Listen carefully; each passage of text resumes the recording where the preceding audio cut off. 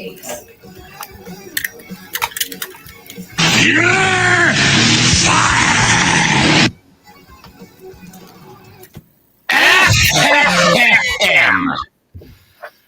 Ladies, gentlemen, boys, girls, children of all ages. If you don't know, well, now you know, playa. College football is back. And whether you were like me and you were locked in for that absolute bleep show of a Saturday afternoon contest between Kansas. Listen, you can boo it all you want. I don't care. How many times did I say? I don't care. It was really bad. Yeah, how was the college football game you watched last weekend, or the weekend before that, or before that, or before that, or before that, or before that, or before that, or before that, or before that? That doesn't work. Maybe it doesn't work for you. It doesn't work for a lot of people. And if it doesn't work for you, next week. I mean, we're this week. It's time for football. A man wanders through a desert for 9 weeks, thirsty, parched by the sun, stumbles upon a bottle of water and goes, nah, it's not good enough for me. No, it could be better. This isn't real water. That water is tainted and with a touch of smoke. Whatever is all I got. I don't know what to tell you. You nor my dear friend Cody Decker, neither one of you are taking away how thoroughly enjoyed I was. Week 0 is week nope. Okay, no, again. No, thank you. Sucks to be you. Yeah, I don't know what you're telling me. I tried to watch it just for show purposes, and it was so bad. I mean, it's just like it's week 1. I got news for you about most games this weekend. Yeah, well, and they're talking about this quarterback is going. It doesn't look like it. He looks like he's maybe it's jet lag. I don't know. I don't know how long they've been over there. Maybe I'm assuming you are talking about Kansas State Wildcat quarterback Avery Johnson, who I watched have you hyped to no end. Yeah, no. Again. Kansas State quarterback Avery Johnson, who I counted while doing a live radio show, not 1, not 2, but at least 3 footballs that he put into hands. Couldn't have been better if he walked up and handed it to guys who then just dropped it on the turf or could not get a run game going behind him. I am ruthlessly coming after Patrick Mahomes on next Sunday. Any little mistake, I'm going to be like, guess Mahomes sucks now. Well, they don't play this Sunday. Yeah, that's why I said next Sunday. Yeah, but this Sunday is next Sunday. No, this Sunday's this Sunday. No, next Sunday's next Sunday. This Sunday is the next Sunday. No. That's not how this phrase works. If you said next Sunday, it would be what is the next Sunday, and that would be this Sunday, and there's no NFL this Sunday. No, that's this Sunday. If I said I'm going after Mahomes this week, this Sunday. The next week, that would cover it. And so if I said coming up next weekend, you would not go, it's week 2, it's week 1 in college football. You go, no, the Rob, next weekend that's coming up would be this weekend. Correct, but that's not how that. What are we doing here? You came after my guy, Avery Johnson, and you just turned me into an a-hole right out of the gate. I mean, what are we doing here? That easy to do? I mean, it depends on who you ask. Ladies and gentlemen, say what you want to say. If it wasn't for you, it wasn't for you. That's okay. Then at least a couple segments of this show won't be for you, because I sat down and I was doing Bet for the Cycle, the penultimate Bet for the Cycle, the second to last Bet for the Cycle ever on Saturday. And as I did, I took the 42-inch television monitor, which is ordinarily on Saturdays from noon to 4, exclusively reserved for Bet for the Cycle. I blow up the computer screen, and I got Cody Decker, and then I got Double D, and I got me, and we fill up the screen, and we all look at each other and do a radio show. But on Saturday, this past Saturday, we were about a third of the screen, because about 2/3 of the screen was Dublin, Ireland. And then we rolled on into the evening where Frank Reich is the head coach of the Stanford Cardinal. And by God, was I justified in blaming the year of Frank Reich in Charlotte on Frank Reich. The the single most So embarrassing. all the excuses that you just made for Kansas State, you're going to go the opposite on a team that you don't like. It just seems. I feel like sometimes you don't listen inconsistent. to me.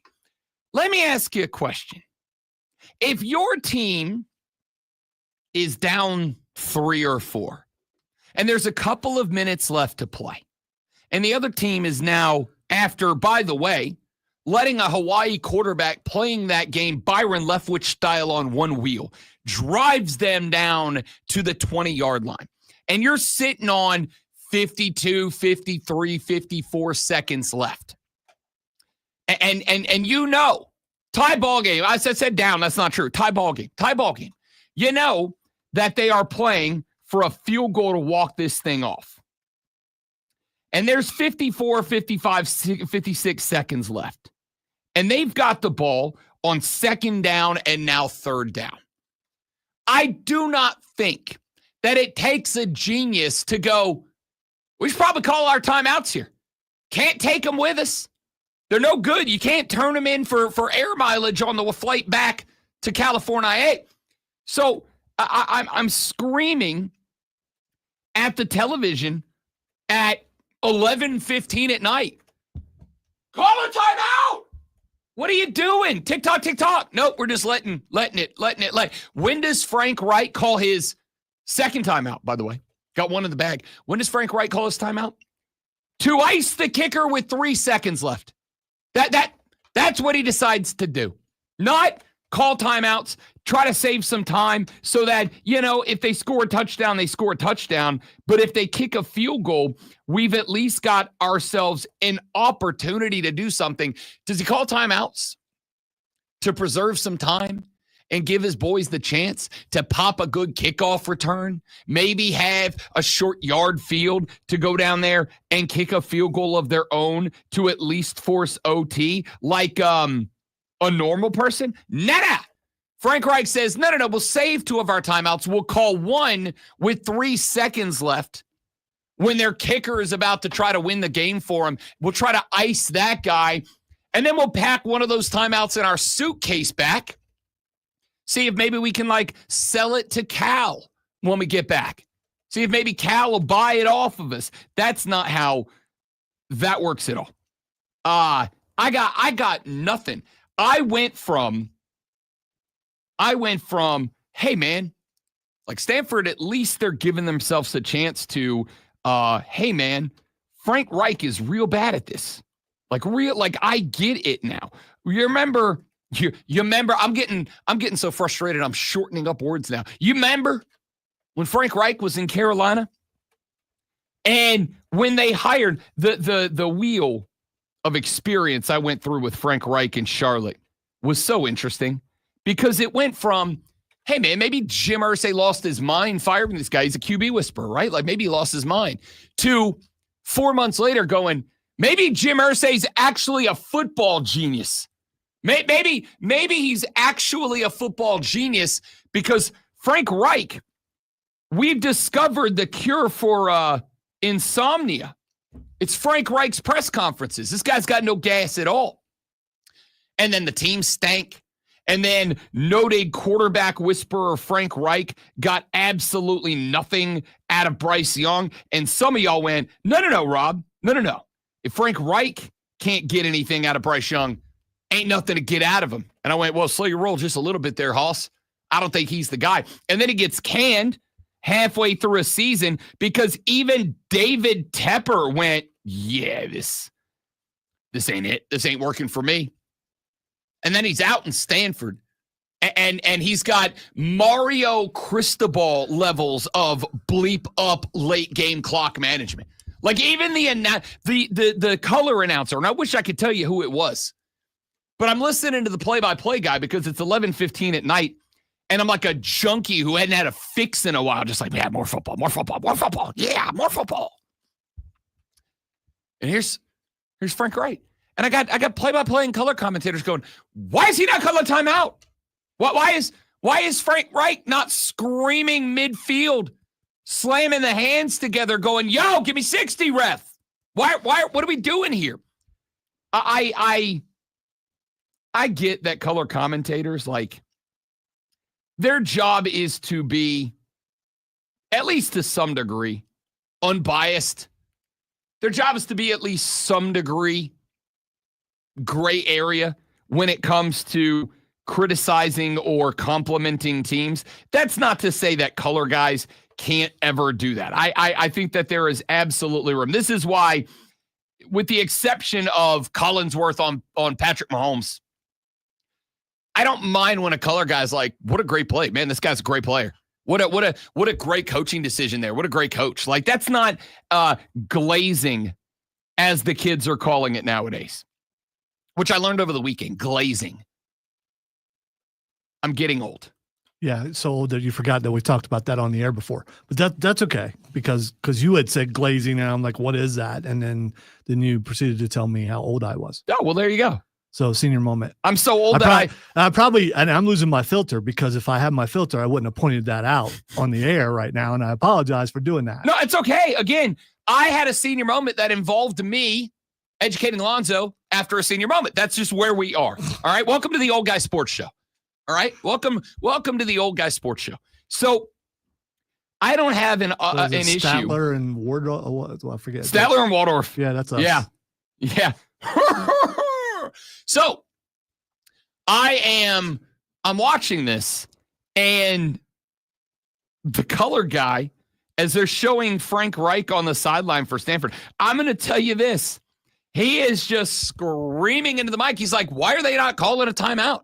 Like, they've got time. Like, they could save time. Hold them to a field goal. You'll have 42, 40, 37 seconds left to go. It's not ideal to have to run a 2-minute drill in less than 2 minutes without a timeout, but it's better than not having a 2-minute drill.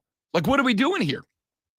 And the only thought I had was, I have been, and I mean this, sincerely impressed watching Andrew Luck as the general manager of the Stanford Cardinal football team. Not in terms of, like, managing the football team. I mean, managing it as a business.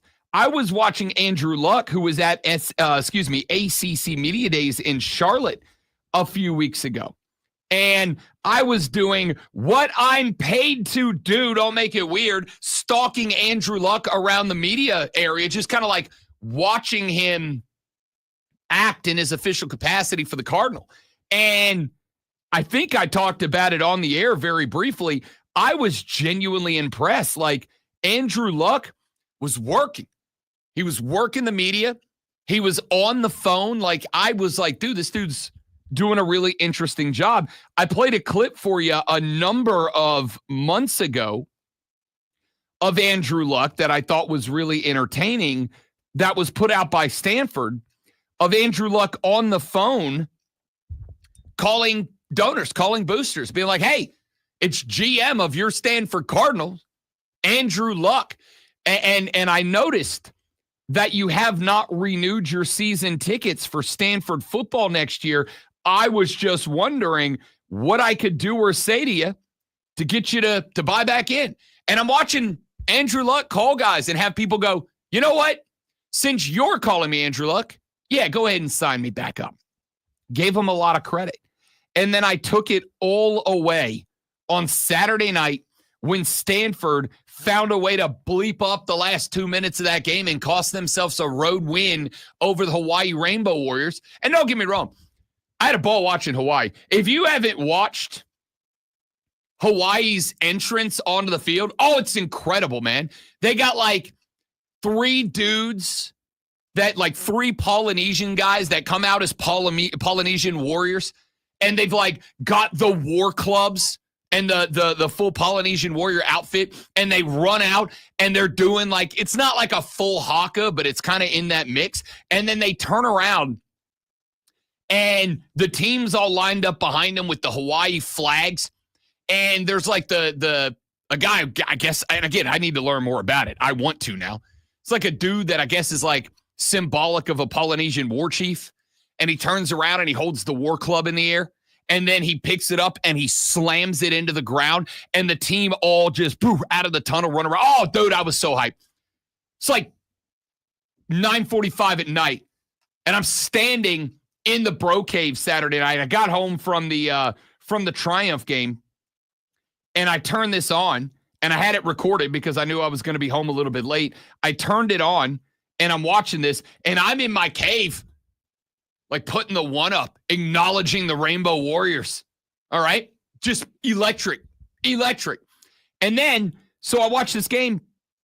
It gets to the game, the end of the game. It ends, and just in the last 2 minutes of the game, I went, yeah, I'm going to need Andrew Luck to explain this to me. And I know that he's the general manager and not the athletic director. And it's the athletic director that hires your head coach. But here's the thing.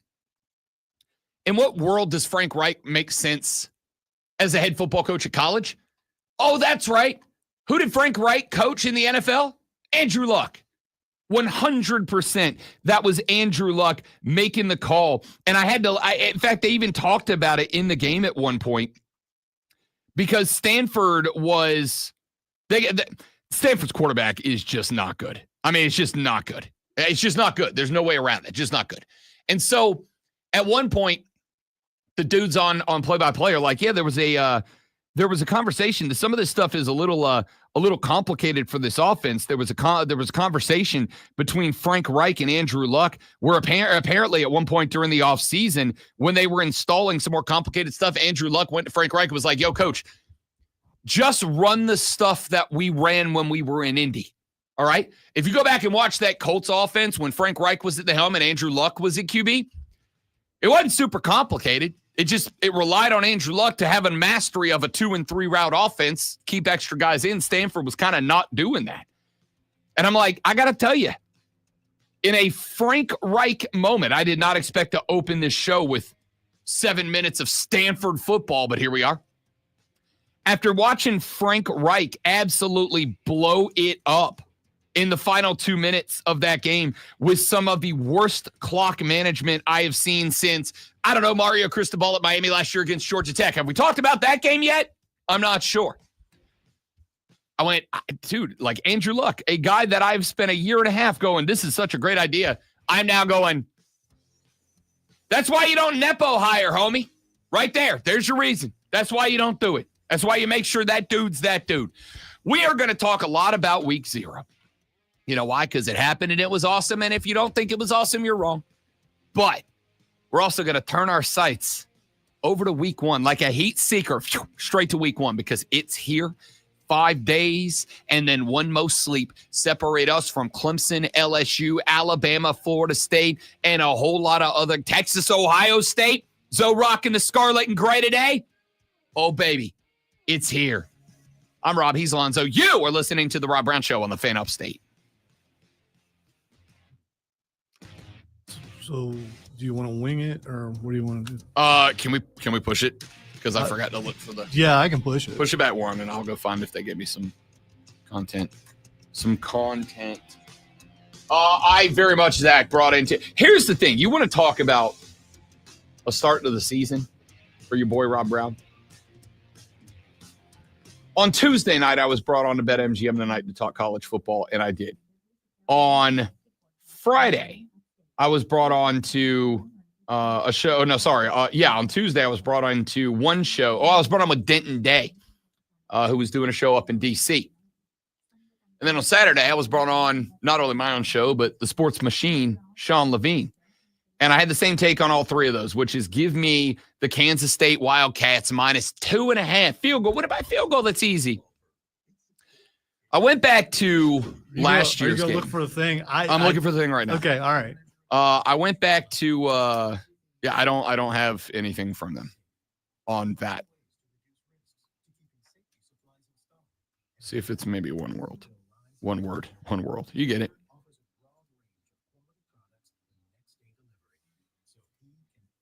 Yeah, I don't have anything from them on it. There's no emails, Nope. no nothing. Okay. Not a thing, not even a chicken wing.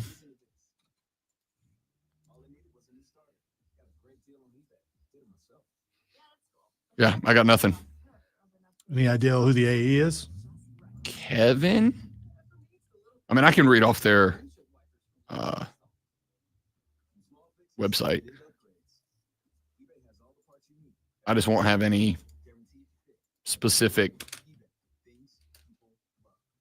All right, we're doing this on the stream, by the way. That's fine. Okay, all right.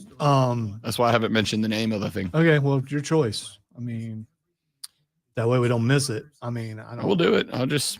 No, I mean, you at least have the address and stuff. I got the website. Oh, okay. All right. And I got the website and I got the phone number. So. All right, we'll do it in the next break. Do you want me to send an email or you want to send an email? I'll send it. Okay. How much time we have in this break? I'm assuming no minutes. 30 seconds. Never mind. Anyway, blah, blah, blah, blah. I said Kansas State lost to Iowa State last year because they turned it over in the first quarter on a fluke, short yardage situation. Iowa State punched it in. Kansas State was playing from behind. They're not going to do that this year. What happened? First punt of the game, Iowa State punts it to Kansas State. Kansas State muffs the punt, turns it over short yardage in the first quarter. Iowa State scores in short yardage. Literally exactly the thing I said. That's not going to happen 2 years in a row. Happened 2 years in a row. I was big mad. Big mad. Is that an omen for the season to come and predictions that you I don't are know. going to make? I told Sean Levine, I was like, if you're never going to have me back on the show, I'd understand it.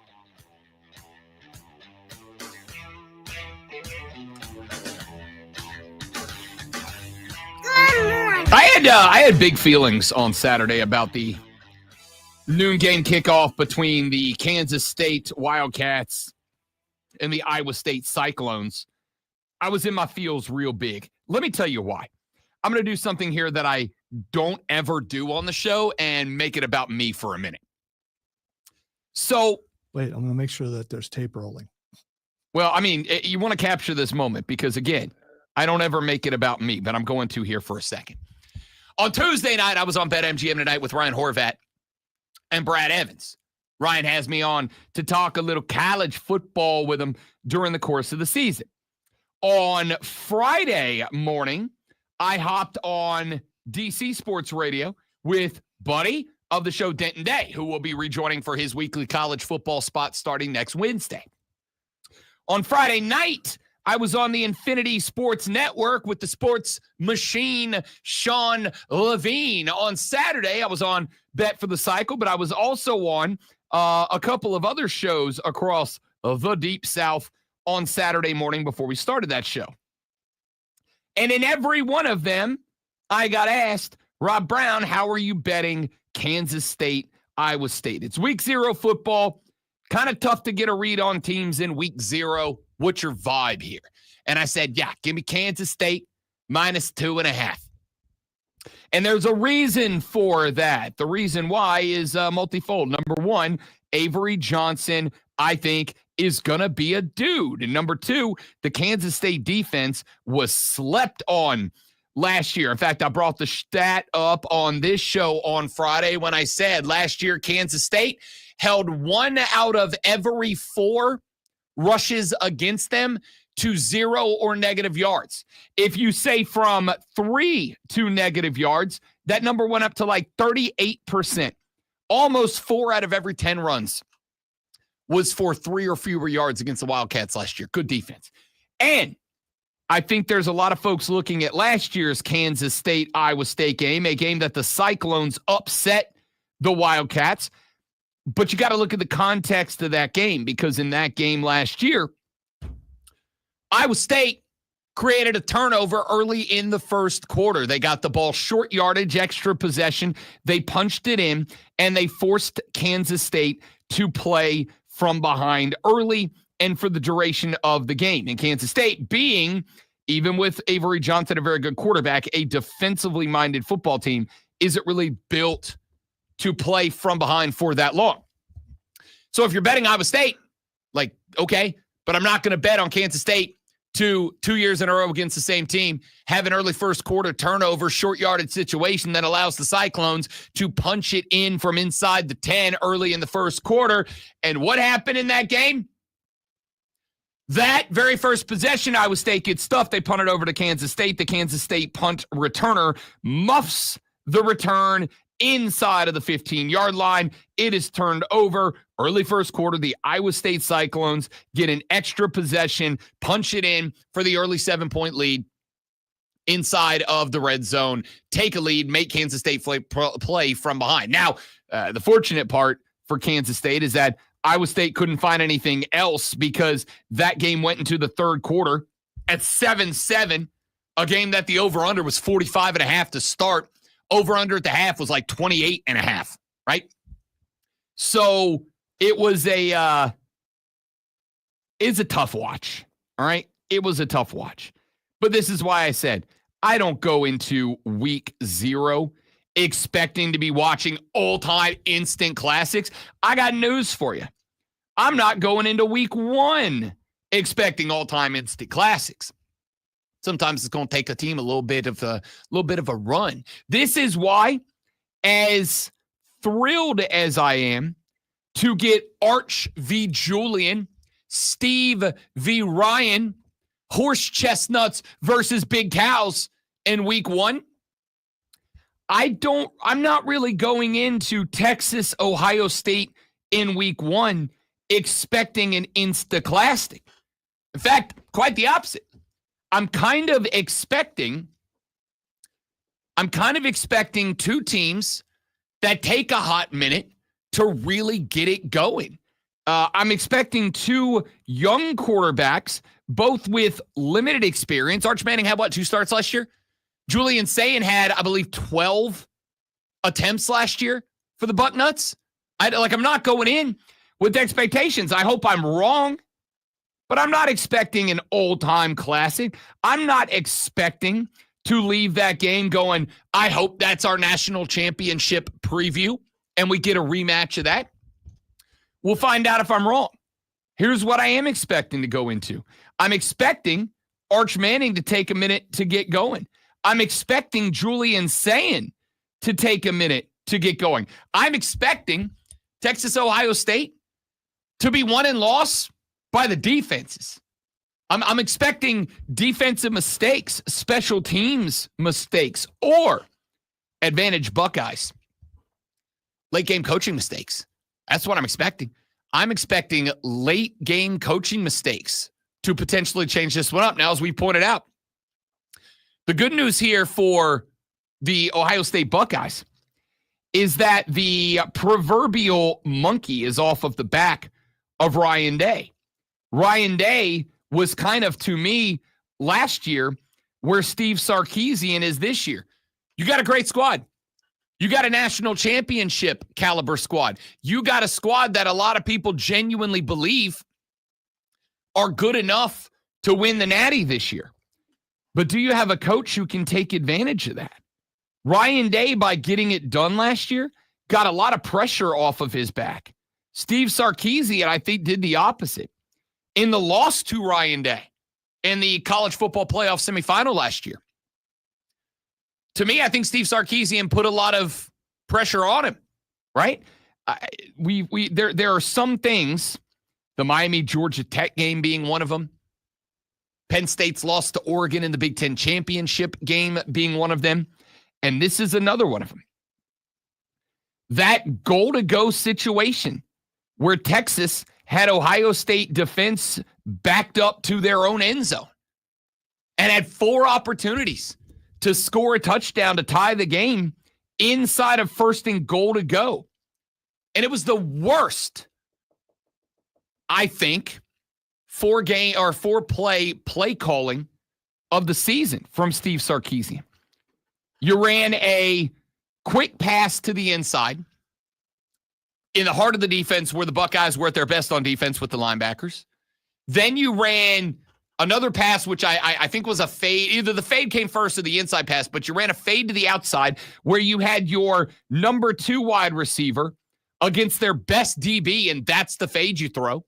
Then a team that succeeded all year on the power run tries to run an end-around sweep to the short side of the field against, again, the lateral speed of the heart and soul of the Buckeye defense, their linebacking core. And then on 4th down, needing a touchdown, you go with the little, I think it was like a little screen pass to the left-hand side, which got Quinn Ewers blasted. Oh, no, that's right. He fumbled. And Captain Jack takes it 87 back to the crib and effectively ices the game.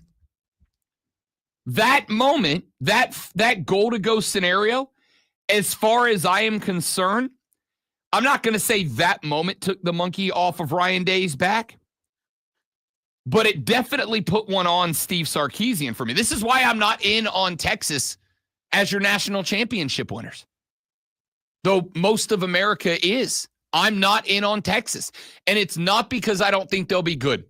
It's twofold. There are two reasons.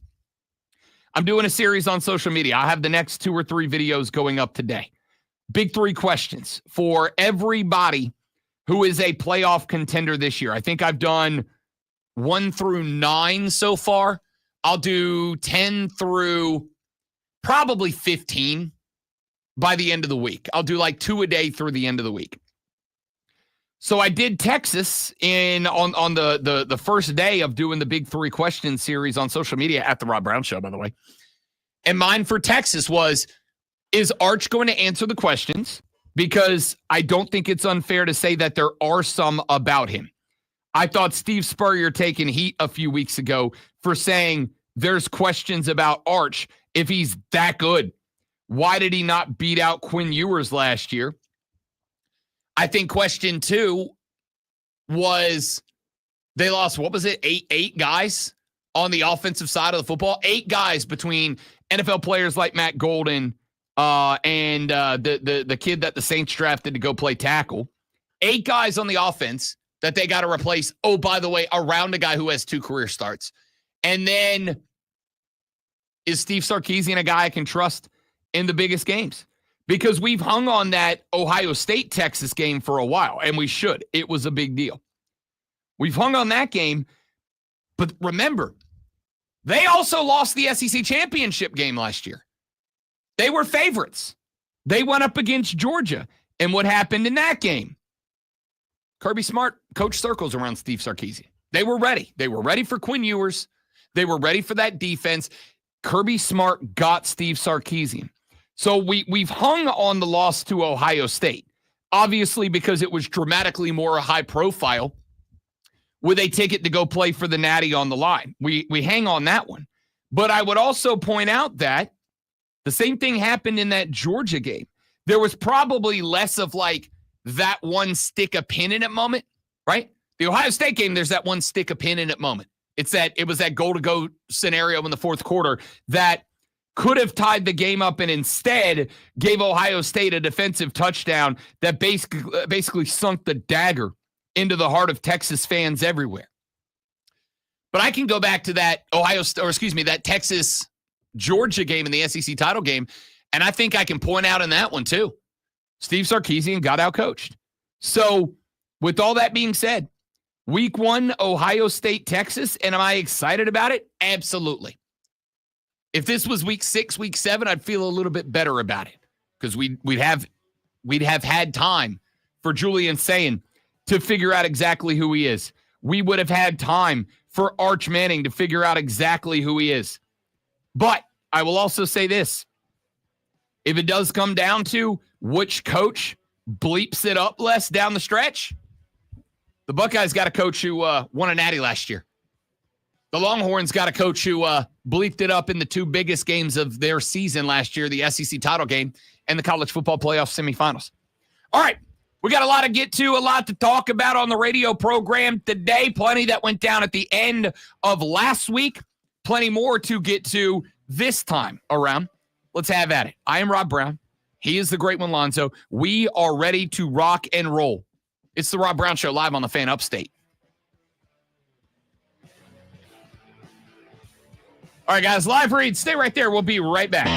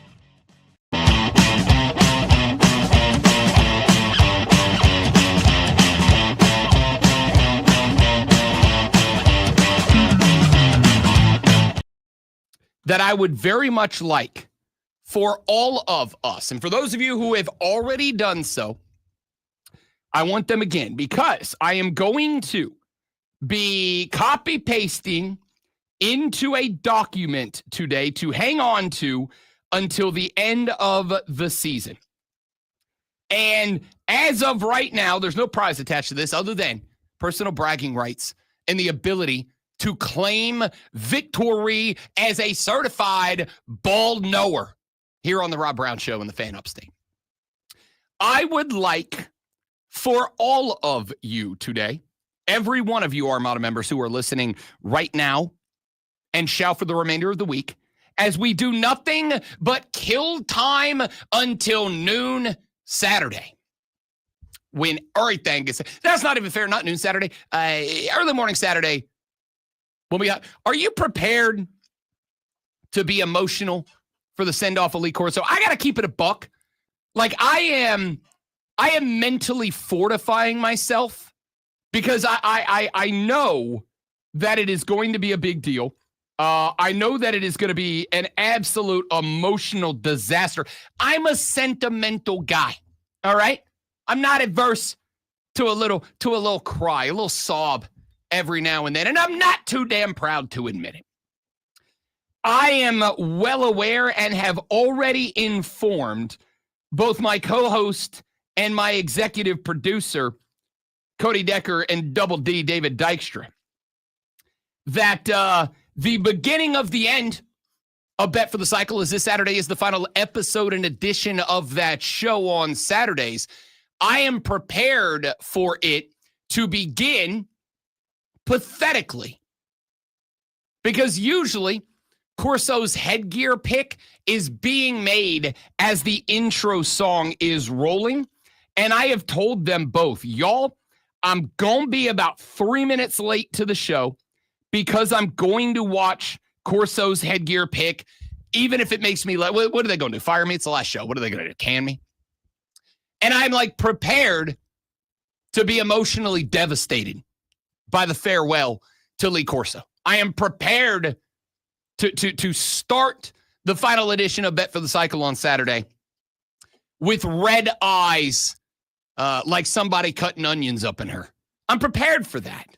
And I wonder who's on that journey with me on Saturday.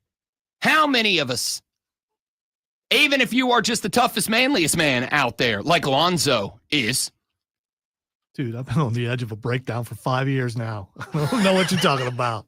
Yeah, but you haven't broken down. That's why you're the manliest man out there. Not that you've seen. Anyway. That's also very fair.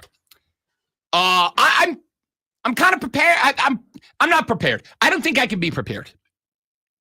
I am preparing for the emotional damage that is set to be done to me by the send-off for Corso. Because here's the deal. At the ESPYs a handful of weeks ago, or whenever it was, time's a flat circle and also not real. They brought up Corso to end the show, and they had McAfee, and they had Dez, and they had all the boys up there to say farewell. And they were like, yeah, but this isn't how we send off Lee bleeping Corso. And so they had the USC marching band come out, and they had the Song Girls came out. They had a bunch of fans come up with Lee Corso fatheads, which I got to tell you right now, if I can figure out how to acquire a Lee Corso fathead, it's going right there on the wall. So they send out all this, and even that night, which we know good and gosh darn well, like we're not done with Lee. We got another few weeks before that final broadcast. Well, that final broadcast is here. And I got to tell you, I'm ready for the emotional damage that's going to be done to me to say farewell to Coach. My Saturdays, for just about as long as I can remember, my Saturday mornings during football season have all begun with Lee Corso. Every one of them has begun with Lee Corso. During COVID, when we were watching football locked down,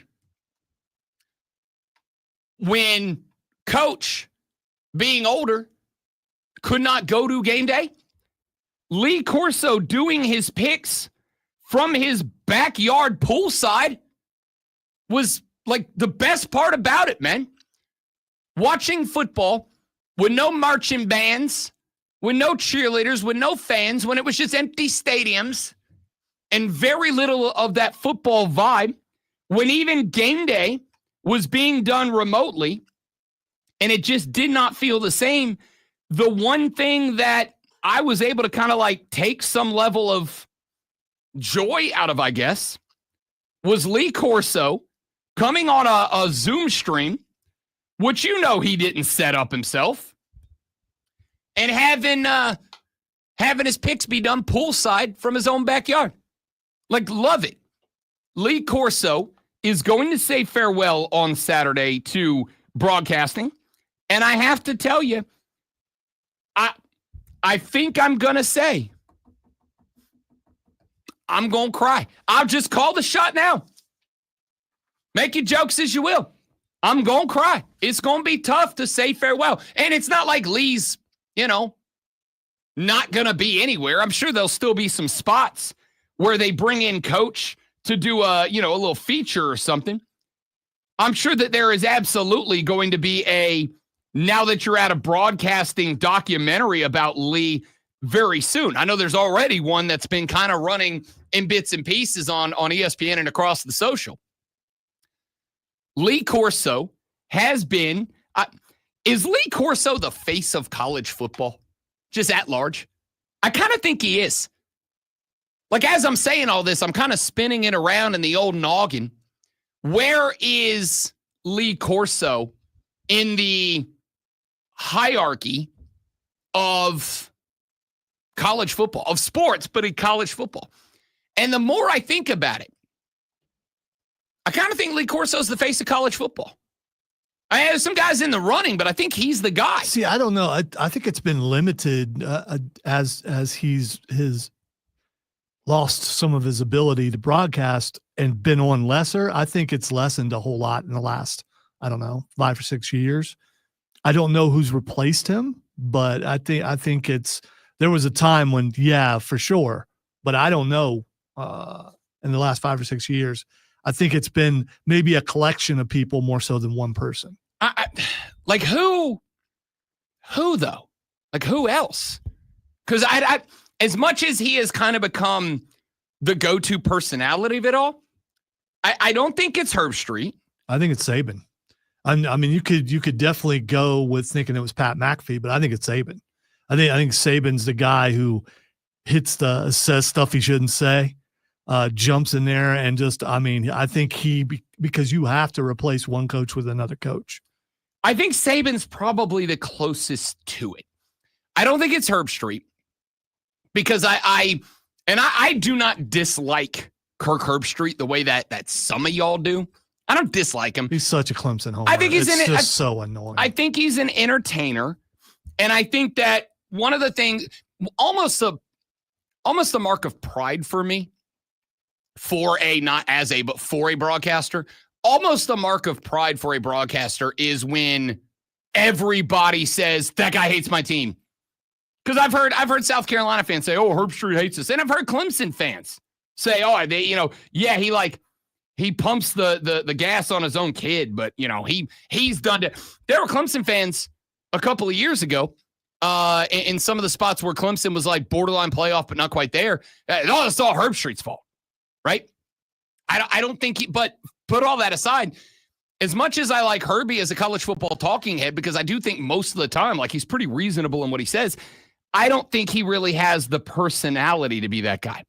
I thought McAfee might be that guy for a while, and he still may grow into that role.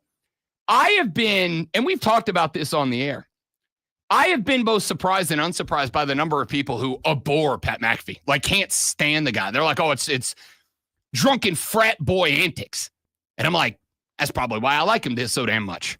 Drunken frat boy antics could be the name of my autobiography when it's all said and done. I think I've cooled off on him a little bit, and I think it's since he stopped associating with wrestling. I think maybe that's it. That's the only thing I put my finger on. I mean, I don't dislike him. I just haven't got to go home and watch his show. I don't. I gotta say, like, I'm I'm as high on Pat McAfee as I ever have been. I'm a big fan. But I know personally a lot of people who cannot stand him. People who think game day has been ruined by Pat McAfee because of all the over-the-top antics. I love it. It's supposed to be fun to me, but I get it. I don't think it's Pat.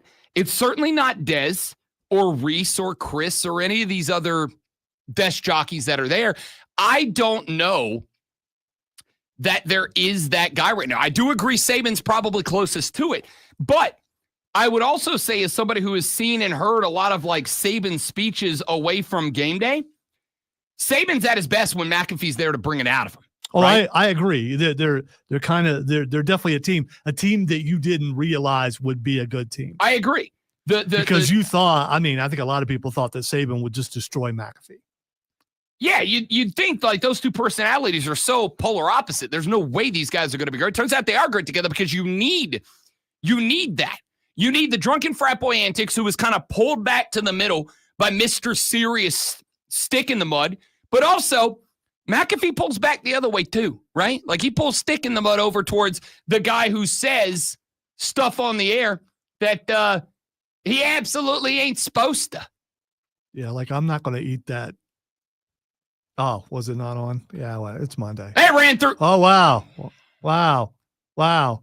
Wow. Wow. Yeah, we're done with that. The guy that says do a tin horn on College Game Day. That's a shame. I was going bro next. I love bro myself. I love that team, but that's the thing is neither one of those guys on their own is it. Who is the face of college football when Lee Corso hangs up the Brutus the Buckeye helmet for the last time? I don't know that we have an answer to that. All right, we'll talk more about this later on. Texas said, I agree with Lonzo. I would say Corso was, but now I would say it's Herbstreit. See, I don't know if it's Herbie or not. Spartanburg J says, Monday morning, game week. It's okay to cry. I've avoided that Corso preview going around just so I don't cry but once. Yeah, same boat. Cruz said, I wish they would bring David Pollock back. Like, I like Pollock, but Pollock's in that. Maybe Pollock with McAfee. That actually could be Yeah, I liked Pollock. An interesting duo. I did like Pollock. All right, take a break. He kind of got messed over, but anyway. I don't disagree. When we come back, Water Cooler Cheat Sheet, top 3 sports stories you need to know. We will continue to break down some Game 1 contests and the most unique school course, classwork, offered at every SEC school. These were put together on a list, and you're going to absolutely love them. Back after this, and by this, I mean the greatest sports flash in the history of sports flashes. I hope not, because then why would I work tomorrow? The Atlanta Braves defeated the New York Mets by a 4-3 margin yesterday. Bryce Elder held the Mets to 3 hits and 2 runs through 6, both runs coming off of a Mark Ventos homer in the second. The Mets wouldn't score again until Juan Soto's RBI single in the top of the 9th. Atlanta had 8 hits, including 2 RBI singles from Sean Murphy and Jurickson Profar. After a series of near misses, Tommy Fleetwood recorded a win in the PGA Tour Championship in Atlanta yesterday, his first in his 164 starts on tour. Fleetwood picked up the FedEx Cup Championship and a $10 million paycheck with the win. It's pretty good. Cal Raleigh's stellar season continued with a record-breaking performance this weekend as he clubbed homers number 48 and 49 in an 11-4 win over the Rockies, giving him the single-season record for home runs by a catcher, which is also pretty good.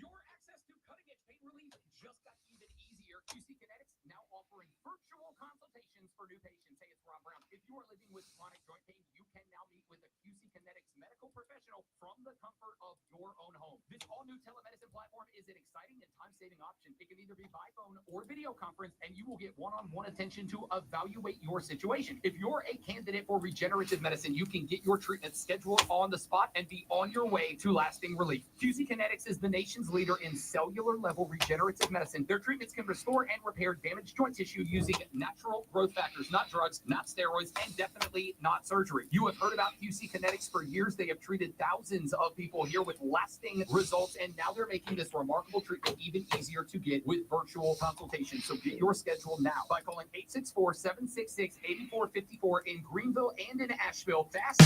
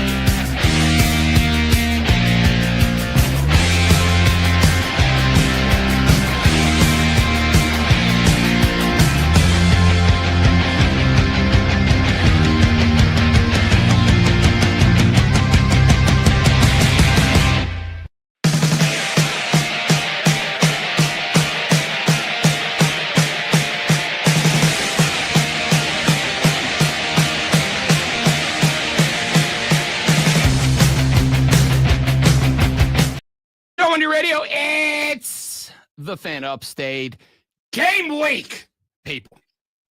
For everybody this time, not just some folks up in Kansas and Iowa, out in Stanford, California. I know Stanford's not a place, but you get it. And Hawaii. No. Everybody's playing. Stanford's not a place? I mean, it's a school, but it's not like a city. It's not like you go to Stanford, California. There's a Stanford, Connecticut. No, there's a Samford and a Stamford, but not a Stanford. That's what I said. No, you said Stanford. Or I said Stanford. I said Stanford. Stamford. I said Stanford. There's a Samford College, too. Doesn't matter this game week. It's game week. It's game week. There's games this weekend, actual games. A lot of games. And that is why it is going. You know what? Let's just jump right in. Because it may or may not be an item at various points throughout the week. And when I say item, I mean one of the 3 things you need to know before you get to the office and start talking sports, because you're going to the office. And if we're all being honest with each other, we're all just killing time to the weekend. We're all just killing time until we get to Saturday. We're all just killing time until Saturday. And realistically, Thursday night. Because I know you're all fired up about that big Boise State, South Florida game. I know you're all jacked up about ECU v NC State. I know there's a lot going on Thursday, but we're all trying to just make it to Saturday. Wow. And also Friday, because you got like Auburn at Baylor, Georgia Tech at Colorado. Like good names Friday. But we're all trying to make it a Saturday. And we're all trying to make it a noon. And in order to kill some time between here and there, you're going to ignore your job, your responsibilities, your obligations. You're going to be coasting for that paycheck this week. Just trying to stave off boredom until Saturday. Well, Lonzo and I were here to help. We're here to help by letting you know what you need to know before you get to the office, because these things that we're about to talk about, these are the things you're going to talk about today to kill time until you get to tomorrow. Then we'll give you 3 more things to kill time until you get to Wednesday. We're going to do it every day this week at 7 o'clock a.m. We're going to do this. Are you ready for the playbook of the peculiar, the almanac of the absurd, and the encyclopedia of the extraordinary? Well, you better be, because we're diving headfirst into the 3 top stories that will have your coworkers saying, "That doesn't work for me, brother." even before they take their first bathroom break. No. Here we go. Welcome to the Water Cooler Cheat Sheet on the Fan Upstate. The Rob Brown Show presents the Water Cooler Cheat Sheet, the top 3 sports stories you need to know before you get to the office and start talking sports with your friends, your family, your coworker, your dog, whoever you might be talking about or with. This is what you will be talking about. I can do this, I promise. Stick with me. Item number 1. It's game week. Have I said that yet? If I haven't, don't worry. I'm going to say it again right now, and probably again the next segment, and the segment after that, and the segment after that, and after that, and after that, and after that, and after that when we wrap up the show. It is game week in college football.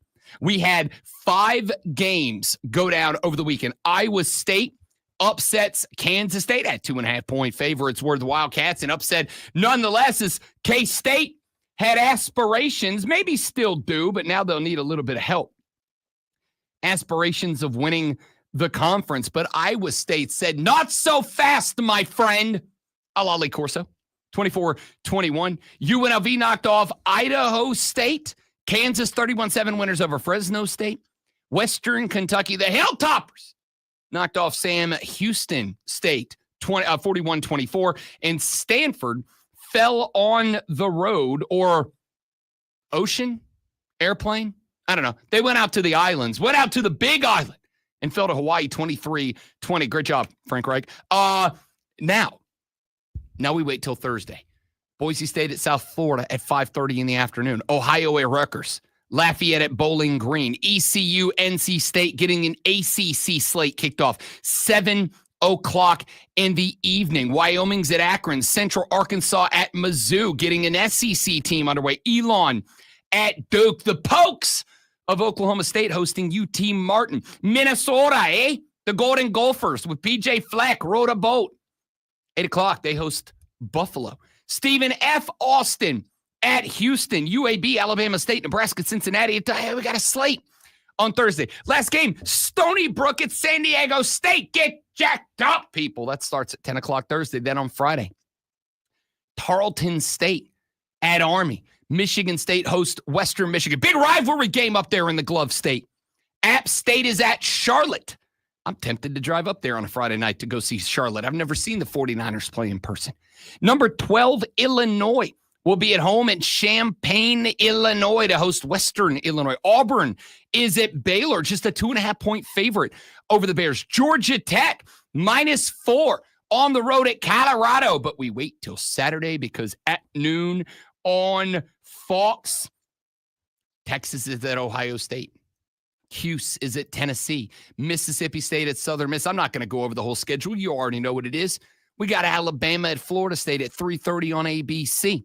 We got top 25 matchup at 7:30 between the number 9 LSU Tigers taking on the number 4 Clemson Tigers. That one on ABC.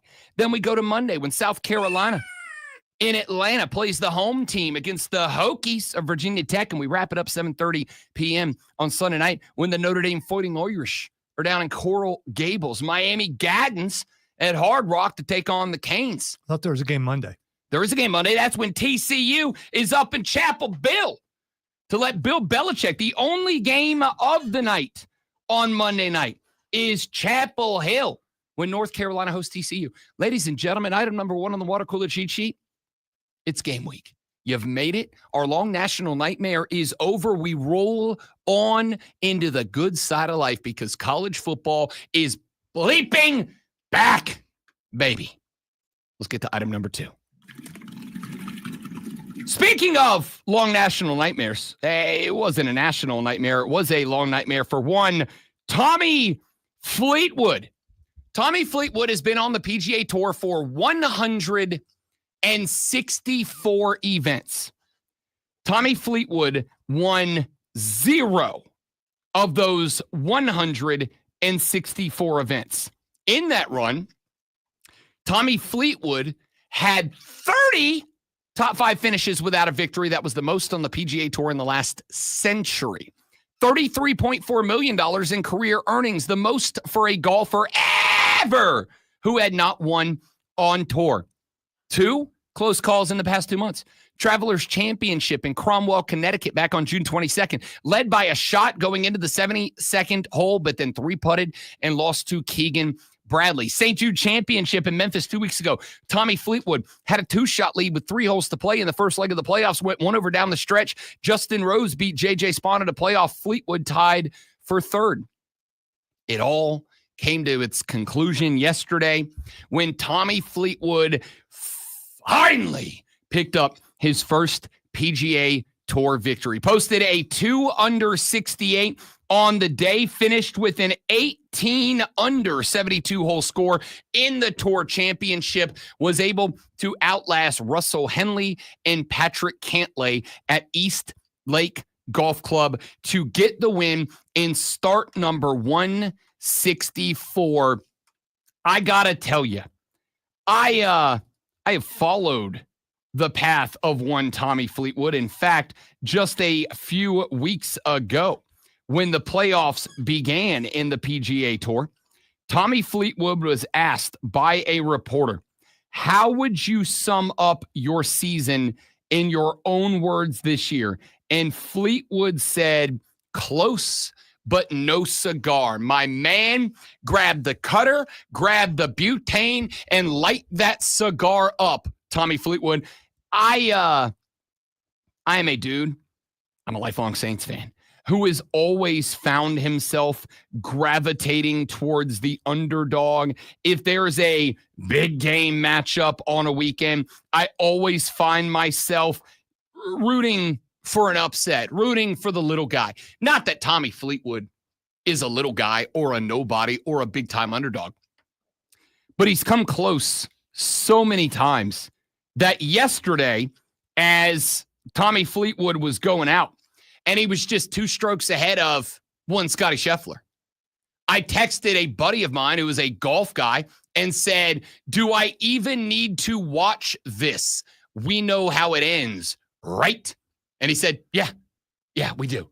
Because just like always, Tommy Fleetwood was going to get tantalizingly close and then blow it. And out of nowhere would come a Cantlay or a Henley or a Scheffler who would sink a dagger into the heart of Tommy Fleetwood on the 72nd hole. Not yesterday. As much as I was rooting for him, I mentally prepared myself to watch another meltdown from Fleetwood. That's not even fair, because it's not like Tommy Fleetwood has melted down. It's just that, like, every tournament, somebody comes out and does something stupid to take it from him. Nobody did yesterday. Tommy Fleetwood was able to stack up a handful of late birdies to keep the cushion that he built for himself. Congratulations. And I'm sure the $10 million paycheck probably didn't make the weight hurt anymore. Item number 3. You know, I don't particularly care if you don't particularly care about this. I am enjoying this. You know, it's fun to root for the underdog. It's also fun to root for somebody who is different, who is doing things different, who acts different, somebody who breaks the mold just a little bit. May I introduce from stage left, the big dumper, Cal Raleigh, catcher for the Seattle Mariners. Name the big dumper because he got a big old booty. Cal Raleigh, in an 11-4 win yesterday, hit home run number 48. And then just a couple ABs later, launched Big Dong number 49. Cal Raleigh in one game set the single season home run mark for catchers. It was a mark that had stood since Salvador Perez back in 2021. His second home run set the watermark for backstops. He got the MVP chant. But that wasn't all. Cal Raleigh now also leads Major League Baseball in home runs overall. He's got more Big Dong than anybody else in MLB does. And with his 9th multi-home run game of the season, he has now passed Mickey Mantle for the most multi-home run games by a switch hitter in Major League history. Mantle set that record, and it has stood since 1961. Cal Raleigh now holds it, and here's what's even better. He's got 9. The record for multi-home run games in a season is 11. He just needs 2 more to tie it, 3 more to beat it, and he's got to take over a month to get it done. Cal Raleigh is fun to watch play, and I'm really intrigued because the Seattle Mariners refuse to die. They just won't go anywhere. I thought, in fact, said to Cody Decker on Saturday, the Seattle Mariners might be the most disappointing post-trade deadline squad. Why? Because the Seattle Mariners were the only team that I think was a consensus. Everybody thought that they were a winner at the deadline winner. Of all the shows I have done, guest hosted, filled in on, 0 people I spoke with did not have the Seattle Mariners listed as, if not the trade deadline winner. But they've been kind of iffy since then. In fact, 3-7 in the last 10. That 3-7 run has cost them the lead in the AOS. They now trail the Houston Astros. But a large part of that was because the bats went cold for Seattle. Sometimes all you need is to see one go in, as the old expression goes. Well, Cal Raleigh just went Big Dong twice in one game. If the bats wake up, courtesy of an alarm set by Cal Raleigh going big time, I think the Mariners can still win this division, and I think they deserve to. The Seattle Mariners are young, fun, energetic. I love this baseball team. Congrats to Cal Raleigh for jumping to the top of the board. All right, when we come back here in just mere moments from now, ladies and gentlemen, we got some college football. Let's take a look at some of the biggest matchups in week 1. We spent some time back in hour number 1 breaking down Texas Ohio State. Let's talk about your 2 games, upstate South Carolina. Let's give our last week prediction and prognostication for Clemson versus LSU. Let's give our game week prediction and prognostication for South Carolina. We will do a look at those games coming up. We got John Blau with the Post and Courier joining us at 8:40. We'll get his thoughts on those games. Coming up in the next segment, however, I have asked and I will ask again. I want them on the record. I'm going to create a little document that we can look back at the end of the year. I am looking for you on the Hub City Spartanburger text line at 844-326-3663. I want officially on the record, saved in perpetuity. It's your opportunity to become a certified prime grade A ball knower here on the show.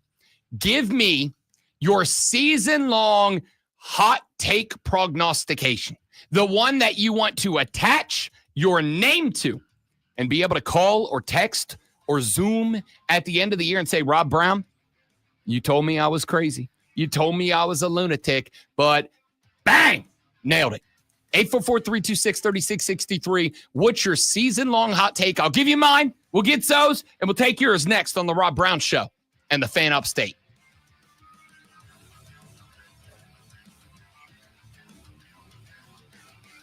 All right, dude, stay right there. We'll be right back.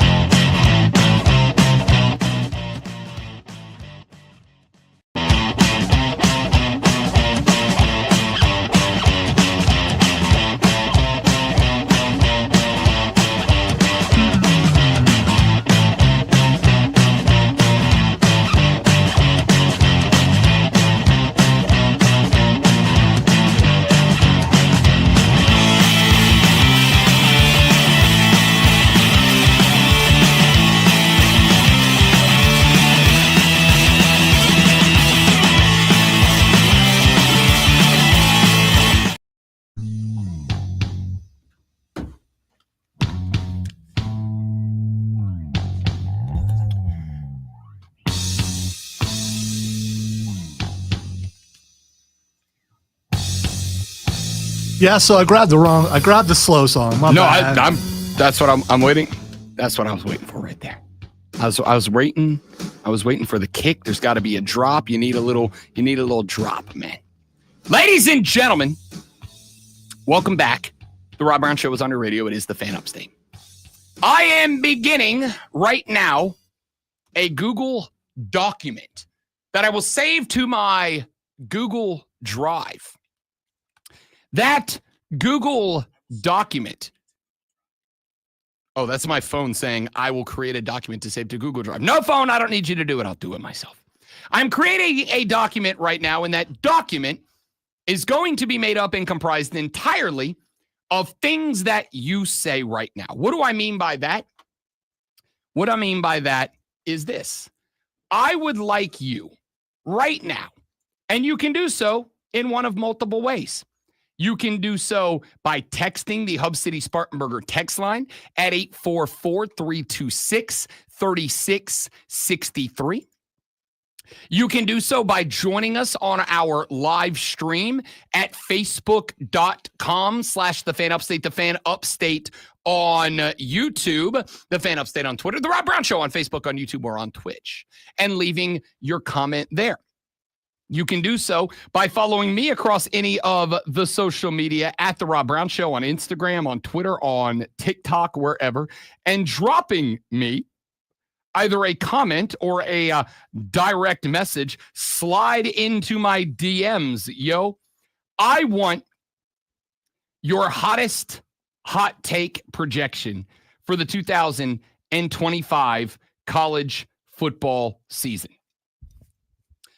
I am going to screenshot your projection, whether it is on text, in a social media reply, response, or DM, or in the Facebook chat, as I have done already with Zach, who showed up in the live stream chat and said his hot take prognostication is, quote, Gamecocks get a bye.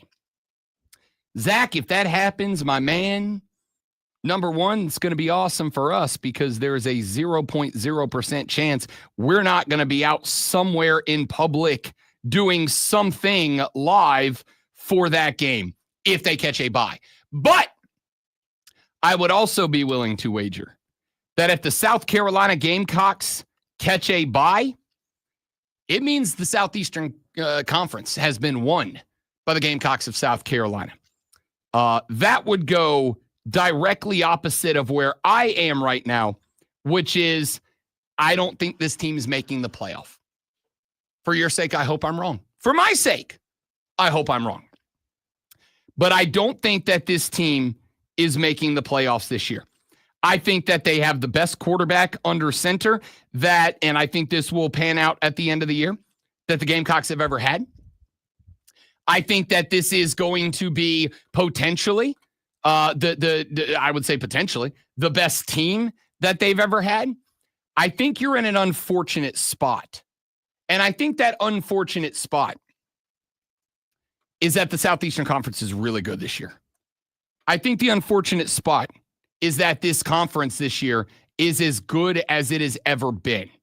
And I think, unfortunately, while it might be the most talented team, I'll say if nothing else that you've had in a very long time, I think that you're just still not there. The type of team that this Gamecock team would need to be to compete with the teams I think will be competing for the conference, Texas, Georgia, and Alabama. You just don't have that on paper yet. If we were able to hybridize, sure, let's assume that's right. Last year's defense with this year's offense, honestly, I'd have a little bit more confidence in saying this team sneaks into the playoff as number 11 or number 12. But the more I've looked at this team, the more I think, unfortunately for you South Carolina fans, the talent's just not there this year. And the unfortunate part about that is this. Unless either A, Lenora Sellers decides to stick around for another year, which maybe it does, right? Like we've already had the conversation that took place after the interview with Lenoris's dad when he got asked, why'd your kid not go into another school where he could make $1 gazillion in NIL? And the old man said, we're not in this for the money. And this is where he needs to be the best version of himself, which got a lot of Gamecocks excited. Now, that being said, I think Lenoris is probably doing just fine in the NIL department right now. There's a video going around on social of him rolling up into the Gamecock facility with about 10 grand worth of Beats by Dre headphones to give out to every member of the football team. I think he's fine. But we are talking about a defense that sent more draft picks than it's ever sent to the National Football League last year. That's got to replace effectively all those spots. And you are rolling back this year with basically 3 returning players from last year. Granted, one of them is Dylan Stewart, and Dylan Stewart is being labeled as the best pass rusher in the Southeastern Conference, which you better hope he is. But outside of that, defensively, I think you're in trouble. Wide receiver spot. You're fine if and only if Nick Harbor got rid of the dropsies. Now, he's a human cheat code in the EA Sports college football video game, but that's a video game, and this is real life. Did he cure himself of the dropsies? We'll find out. I just don't think the talent is there. I don't think it's a hot take even to say South Carolina's not making the playoffs this year. And the unfortunate part is, as I mentioned a couple of times, unless Lenoris looks at it and goes, oh, the Cleveland Browns have the number 1 overall pick. I don't want to go there, so I'll come back to college for one more year. I think the mistiming of having Lenoris and the team he is paired with is unfortunate. We'll see if I'm wrong. Joey texted the show. Joey said, hot take, I'm a Clemson fan. Cade goes out Q1 versus LSU, and Clemson goes 8-4. You know, I don't want to make prognostications based on injury. All right, if that's what you're saying. Now, if what you're saying is K goes out there, throws 4 touches in the first, or 4 picks in the first quarter and gets benched, that's a hot take. Who's the backup quarterback for Clemson? Here's the hot take. It doesn't matter. Well, in the past, we knew because it was the next big thing. The backup quarterback is Chris Vizzini, who has been talked about as the next Cade Klubnik for a hot minute now. Vizina, not Vizzini, sorry. After that, I don't know. Is that what you want to be, the next Cade Klubnik? I mean, guys entering the year as the second shortest odds to win the Heisman. Now, again, I have also gone on the record. If he lays an egg Saturday, that'll change really quick. Probably. Sure, but then again, LSU's kind of a team, man. Like, I would also say, don't get caught up in week 1 knee-jerk reactions, right? Like, let's not get caught up in knee-jerk reactions in week 1. If Ohio State or Texas loses in week 1, unless they just get the doors blown off of them, I would not say that counts. You didn't say it. No, I did. I heard it. Well, one of them will win. I mean, win, and one of them will lose. Right. That's how football works. That's why I said gets the doors blown off of them. Oh, you didn't. Okay. If Ohio State loses 42-3, then maybe we're having a different discussion. But if we're talking about a game that ends 27-24, 35-32, that's too early to say, oh, that team's out of the running. They're absolutely not. Both of those teams will still be in a very good position to win their conference and find their way in. I would say don't knee-jerk react. And I would say that is as important for Clemson in week number 1, and honestly for LSU too. But it's as important for Clemson as it is anybody else. Do not knee-jerk react to whatever happens Saturday night against LSU. I would even say if you get the doors blown off by LSU, don't panic, don't overreact for a couple of reasons. Number 1, as mentioned, still got the ACC Conference Championship ticket to the playoff out there in front of you. Number 2, LSU is a good team, and their talent level is not the reason I'm out on LSU this year. It's all about their head coach. Now, if they blow the doors off of Clemson on Saturday, then my theory about LSU spiraling might be blown out the window, because part of it is predicated by, I think LSU might start 1-2, lose to Clemson on the road, go beat whoever you got in week 2, turn around and lose to Florida at home in week 3, because the Gators ain't no joke behind DJ Lagway. Then I think we might start talking about Brian Kelly turning into a butthole and the team rebelling against him just a little bit.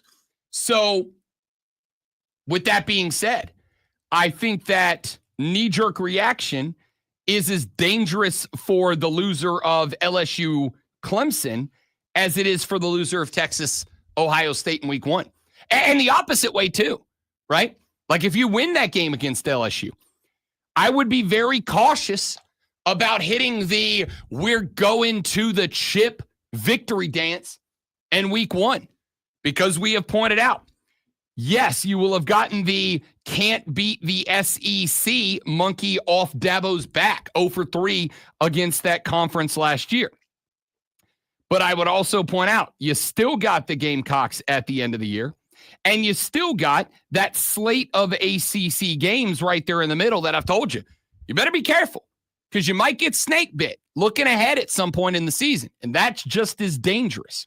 So, what is your college football hot takes preseason projection? I'm putting them on the record now. Kane is in, said if LSU goes engage 8 or cover 0, they will be cooked. I don't think you're going to see that out of LSU. We have talked a couple of times about LSU and what I think you're going to look at with the LSU Fighting Tigers. They are not going to go, I don't think, Kane, with an engage 8 or a cover 0. I think LSU is going to go a lot of 3-3 with a star player that is a roaming player somewhere. They may even go 4-3 with a star somewhere. That is a dude who is lined up at a different spot on the football field every time Clemson snaps the ball. And my question in that case is going to be, is Cade Klubnik ready for that? If they end up in a 4-3, and they end up in a spot where they are bringing a dude from somewhere different every time around, is the recognition as good as it's been? Is the response as good as it's been? That's going to be the big question mark. So we'll see where it goes. Joel texted the show and said, Cade can't hold Lenora Sellers' water this year. We'll find out. One of them is like 8-1 to win the Heisman, and one of them is like 18-1 to win the Heisman. And they're not in the order you just put them in with that comment, Joel. All right, let's take a break. We'll come back. Let's do about 6 minutes on Clemson LSU. A week, less than a week now until that game. Let's do about 6 minutes on South Carolina, Virginia Tech. We'll really dive into that in the next hour of the show. College football, wall to wall, here on the Rob Brown Show in the Fan Upstate.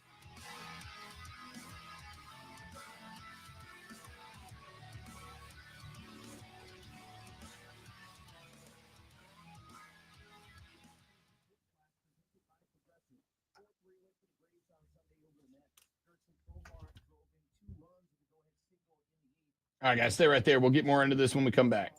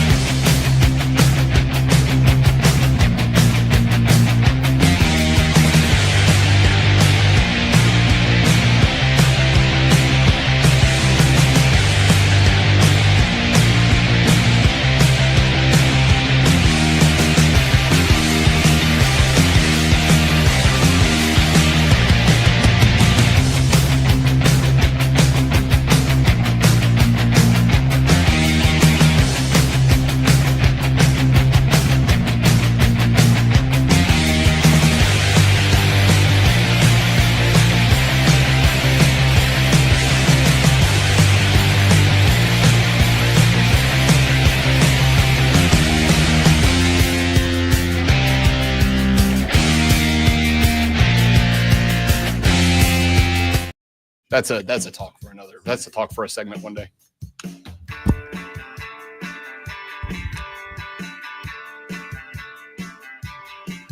All right, throughout the course of the show this morning, I will continue to ask for them, and I will ask you to continue to text them in. What is your preseason college football hot projection, prediction, prognostication?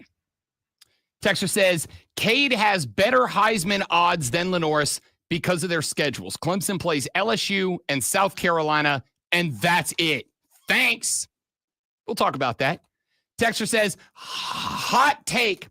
Lenoris Sellers will be a bust this year and won't live up to the hype. My reason? Teams have film on him now, and he doesn't have rocket. That is from Clemson Bob. You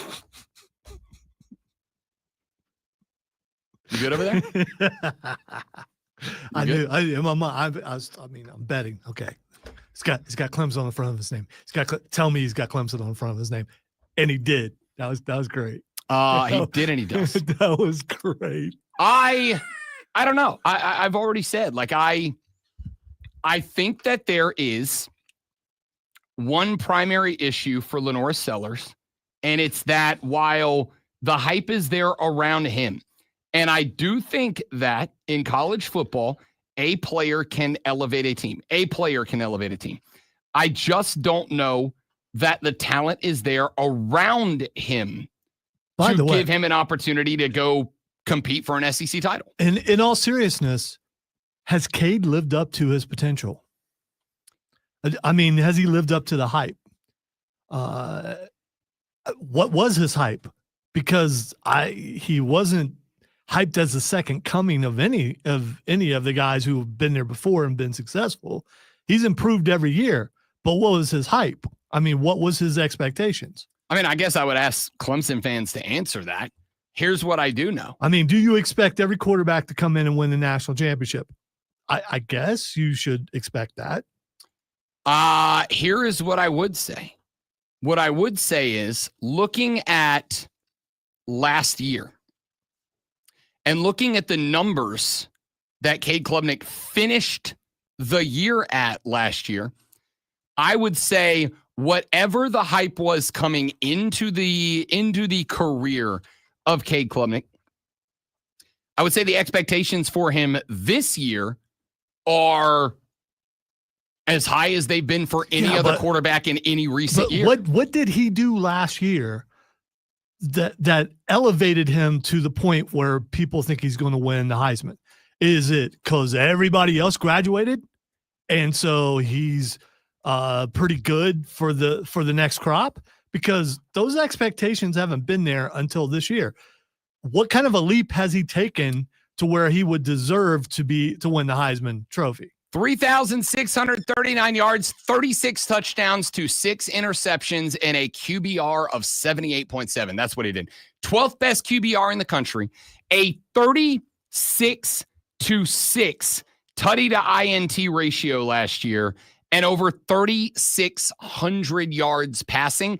And I think the argument is going to be all of that last year with a very mediocre set of wide receivers last year, which is upped this year. The expectations on that wide receiver room are as high as they've ever been. Yeah, I do wonder, and Joel on the stream mentioned against who. I wonder when do you factor that in? Does it matter what the competition was? I mean, I'm not going to say it doesn't matter, but I am also going to say there was no one in the ACC even close. Same competition, nobody in that conference even close. Yeah, but that's kind of the point, though. I mean, it wasn't that his talent far exceeded. Maybe it did, but it still was not. He was still not in the mouths of all the main guys talking about college football. No, he was by the end of the year.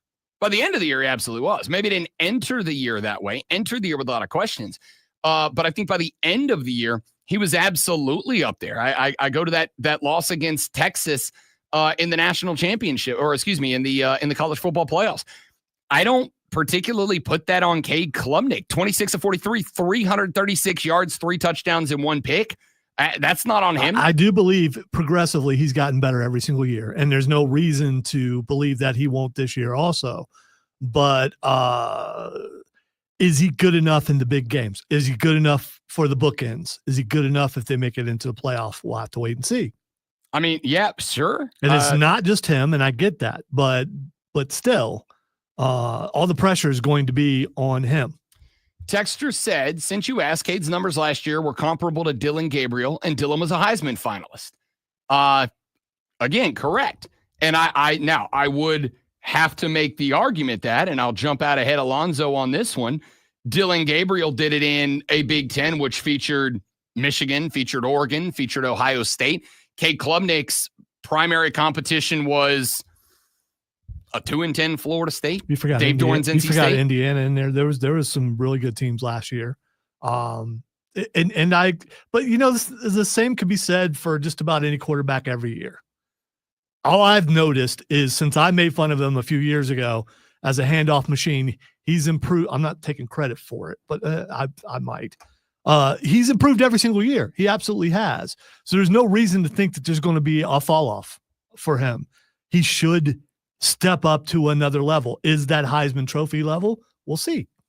I don't know how you can do a heck of a lot better than over 3,600 yards, a 36-6 tutty to pick ratio, and almost 80 QBR, and not be a Heisman. And you could win a national No. championship. No. I was going the opposite way. I don't know how you can have those numbers and not be a Heisman finalist, right? Like if he puts up those numbers a second year in a row, I think he absolutely will be in New York City. And if he is in New York City with those numbers, I think there's a better than good chance that Clemson is back in the playoff this year. And the only question mark at that point is going to be, are they in as ACC champs? Are they in as ACC champs with a bye? Or are they in as an at-large because they were runner-up in the ACC because they got snuck up on by somebody in the ACC championship game? I will say this as a preseason take. Anything less than an ACC championship game berth, anything less than that is a failure of the season. Are we on the same? Is that too much? Are we on the same page? I think for Clemson this year, anything less than a berth in the in the ACC championship game, anything less than an appearance in a title game in the conference this year is a failure. And the pressure, and I said this in my 3 big questions series on my social media, I will have a couple more games coming up later on this morning. I asked 3 questions about Clemson with the acknowledgement that I was fighting to get 3 questions for Clemson. And I think that's why I say anything less than an ACC title game appearance. I'm not saying win, although I think a lot of you would. Anything less than an appearance is a failure this year. And so I was trying to figure out, like, where does the pressure come from? Where is there pressure that could hold this team back? And the only one I was really able to come up with, I guess I should say only 2 I was really able to come up with is, does Cade Klubnik live up to his pressure? A. And does Dabo Swinney view this as, and I don't think that he will, though I could be wrong. Does Dabo Swinney view this the way that a lot of the rest of us view it, which is this year is kind of a referendum on whether or not the Dabo Swinney philosophy works. This is a referendum on whether or not Dabo's way of handling college football moving forward works or not. And so there's pressure on Cade to go back to being a guy who's going to throw for over 3,600 yards, a 36-6 ratio, and a 79 QBR on the season, 12th best in all of college football. And is there pressure on Dabo Swinney to prove that the philosophy works? Kane says the Heisman Trophy is subjective. I won't be upset if he isn't a finalist. I mean, I think it's okay to say it's subjective. And also, I would be upset if he isn't a finalist, depending on what those numbers look like, right? Like if those numbers are improved from last year, if he goes for 3,900 yards, a 40-5 TD to pick ratio, and 82% QBR on the season, and he does it, especially if I'm right, and he does it in an ACC that is indeed improved. I think it's okay to say it's a beauty pageant, but I'm still mad about it. So you say. Yeah, that's about what I just said. The improved ACC. Like I just said, if I am correct about the ACC, okay, all right. If I am correct about the ACC and it is an improved conference, it is a better conference, and he puts up those numbers in it, then I think it's okay to say it's a beauty pageant. It is subjective, and yet I'm still upset that he wasn't there. But he's got to put up the numbers comparable to last year in order to get there. Will he? That's going to be the big question. Will he get there? Texter said Carolina better hope Sellers doesn't come out 10 of 23 for $114 against VTech because they are a much better team than Old Dominion. Yeah, that was a game we had quite a discussion and debate about last year, because my take last year was that game was wildly disappointing for the Gamecocks. And again, there's a lot of arguments about, guys were hurt, guys were banged up, guys were unavailable, whatever. But I think it's a very fair point. I expect a better showing out of the gate. And this is one thing that I think is important for Carolina. I said this a little while ago. I am very hesitant. I try to be very hesitant about knee-jerk reactions from week one. Because especially with, and I think this is Carolina, especially with teams that are driven by, predicated on the offense, you got to have a week or two to really get it together. There is no preseason in college football. There is no tune-up like there is in the NFL to take advantage of. So if a team is going to be predicated as an offensive team, and realistically, I think until proven otherwise, it is fair to say and assume that the Gamecocks are. It's going to take some time. That being said, the pressure is in this game entirely on the Gamecocks. There is some pressure on Virginia Tech, but it's really on Brent Pry. Their head coach is on the hot seat. It is on Brent Pry. And that, to me, makes this game even more dangerous for South Carolina. You are a preseason top 16 team. If Brent Pry can take his Hokies into this game and win this game, that hot seat cools off dramatically for him, right? Like, this is a Super Bowl caliber game for them. But if they don't win that game, nobody's shocked. The pressure is entirely on you. And that tells me that I would not be surprised to see Virginia Tech regularly bringing the heat to Lenore Sellers, like regularly bringing extra dudes to try to get him off the game. He is going to have his back against the wall. He is going to be up against it from snap one, game one, week one. No questions asked. So we'll see how that plays out. We'll see how that goes. That Sunday game is massive. That Sunday game is huge against Virginia Tech, because all the pressure is on you. Very little to none of the pressure is on Virginia Tech outside of Brent Pry trying to keep his job. We'll see how it plays out. We got a lot more of that we need to get to, a lot more that we need to talk about. Coming up in the next hour of the show, we will have John Blau at 8:40 to talk a little bit about the Clemson LSU game. Coming up later on this week, by the way, and I will be setting this up today, probably on Thursday, we will go behind enemy lines. I'm going to have beat reporters from both Virginia Tech and LSU on to talk about those games from those teams' perspective. Looking forward to that. We got a lot to get to, a lot to talk about. But some of the things you will be talking about are the biggest news stories of the day. Some of the biggest news stories of the day are in Lonzo Sports Flash. And that includes the Atlanta Braves, who defeated the New York Mets yesterday 4-3. We didn't get swept. Bryce Elder held the Mets to 3 hits and 2 runs through 6, both runs coming off of Mark Ventos' homer in the second. The Mets wouldn't score again until Juan Soto's RBI single in the top of the ninth. Atlanta had 8 hits, including 2 RBI singles from Sean Murphy and Jurickson Profar. After a series of near misses, Tommy Fleetwood recorded a win in the PGA Tour Championship in Atlanta yesterday. His first in his 164 starts on tour. Fleetwood picked up the FedEx Cup Championship and a $10 million paycheck with the win. Asia Wilson recorded her 19th double-double and her 10th 30-point game of the season in a win over the Mystics this weekend. Wilson finished with 36 points and 13 boards as she continues her MVP campaign.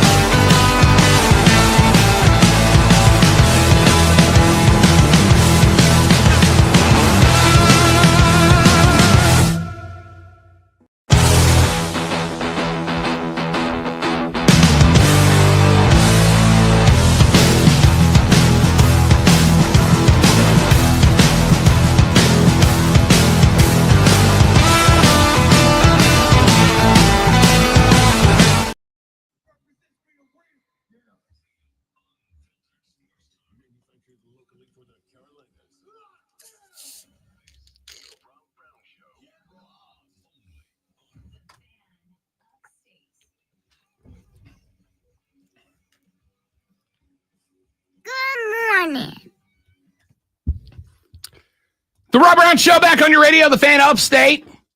844-326-3663, 844-FANFONE. I have asked this AM for your preseason hottest college football projection. I am asking you for the conclusion of the season reality that you are taking flack for, pushback from. The boys are calling you bananas, BANANAS. I am asking you for your hot take preseason prediction that you will go on the record with your name. You'll sign off on it, and we will circle back at the end of the year to find out who knows ball and who was speaking out of their backside.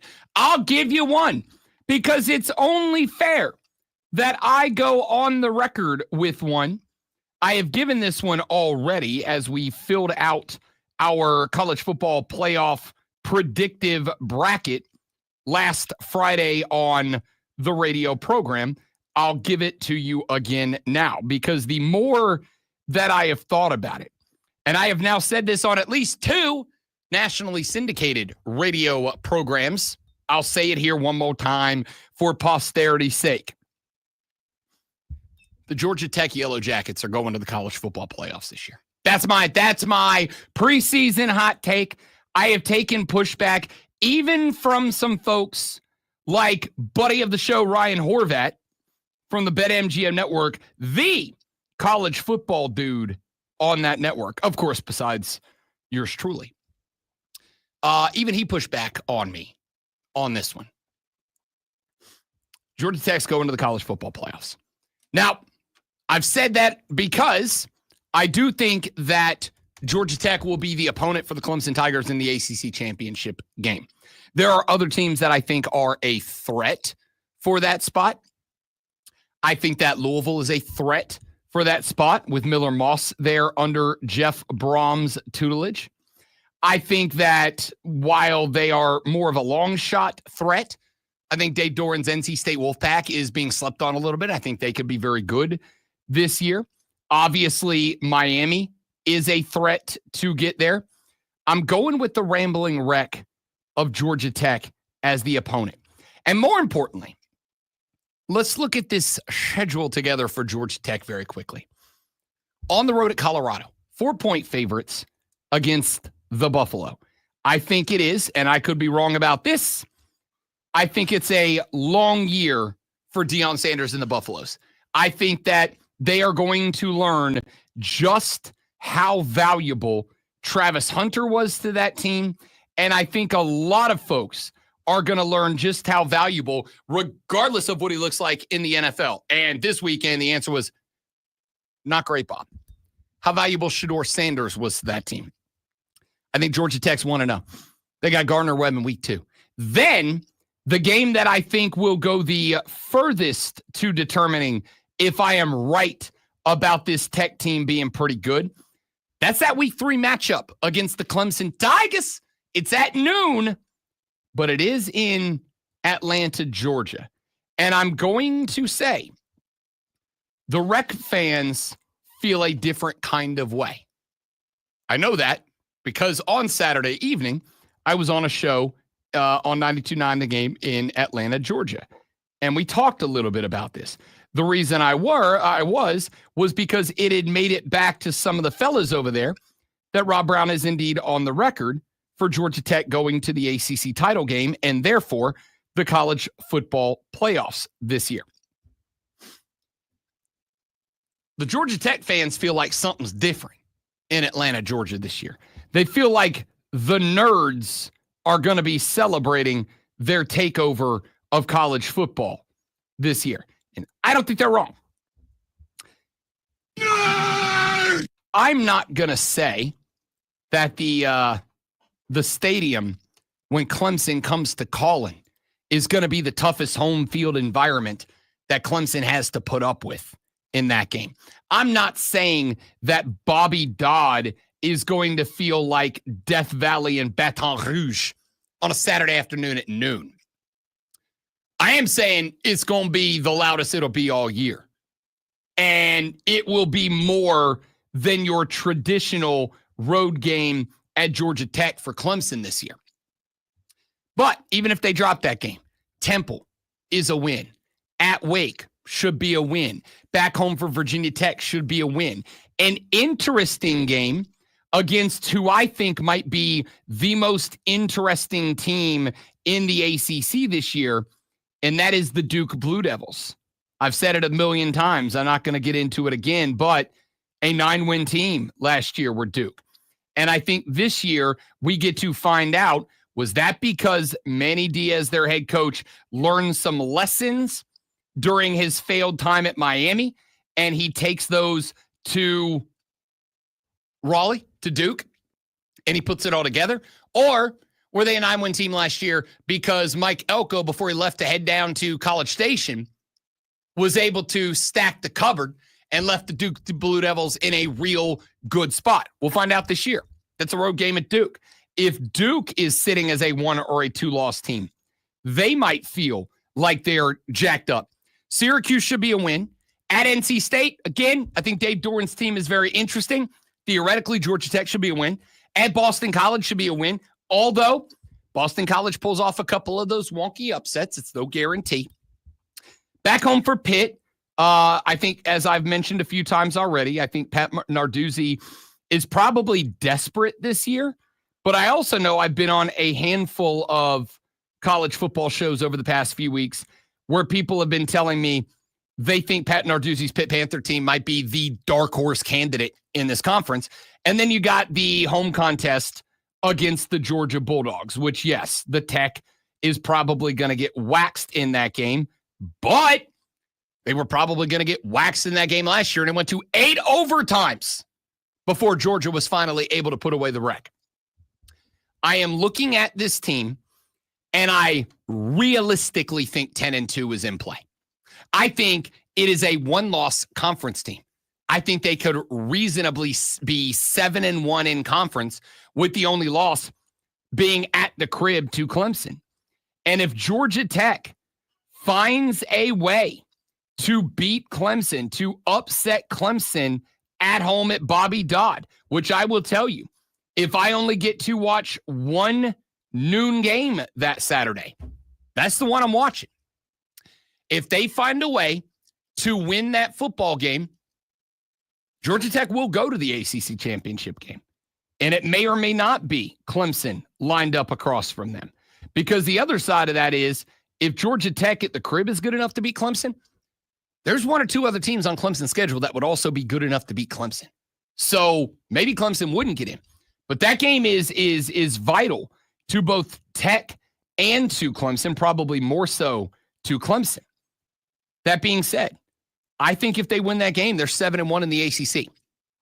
I think 7-1 in the ACC likely means they're probably 10-2 in the regular season, with not just 10-2, but both of those 2 losses being high-quality losses to a top 10 Clemson team, to a top 10 Georgia team. Maybe, probably, depending on what happens with Georgia in the regular season, potentially to a top 4 team, and if Georgia is undefeated heading into rivalry weekend, a top 1 or top 2 team. It actually would be, because they would knock off Texas more than likely. Potentially the number 1 team in the country. So with the enhanced metrics going into place this year. By the way, a really interesting conversation. I had Pete Futak on Saturday.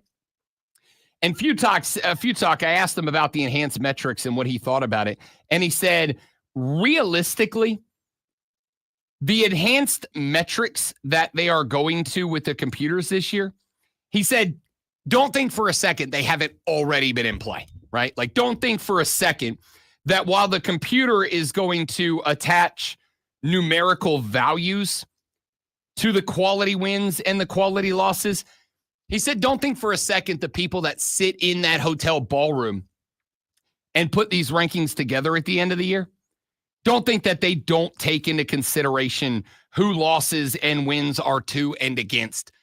He said if they've got 2 10-2 teams and one of those teams lost to a pair of top 10 teams and one of those teams lost to 2 unranked teams, don't think for a second the voters haven't already taken that into consideration in years gone by. The only thing that is different is this year they're going to have computer software that attaches a numerical value to it in ways that hasn't been done before.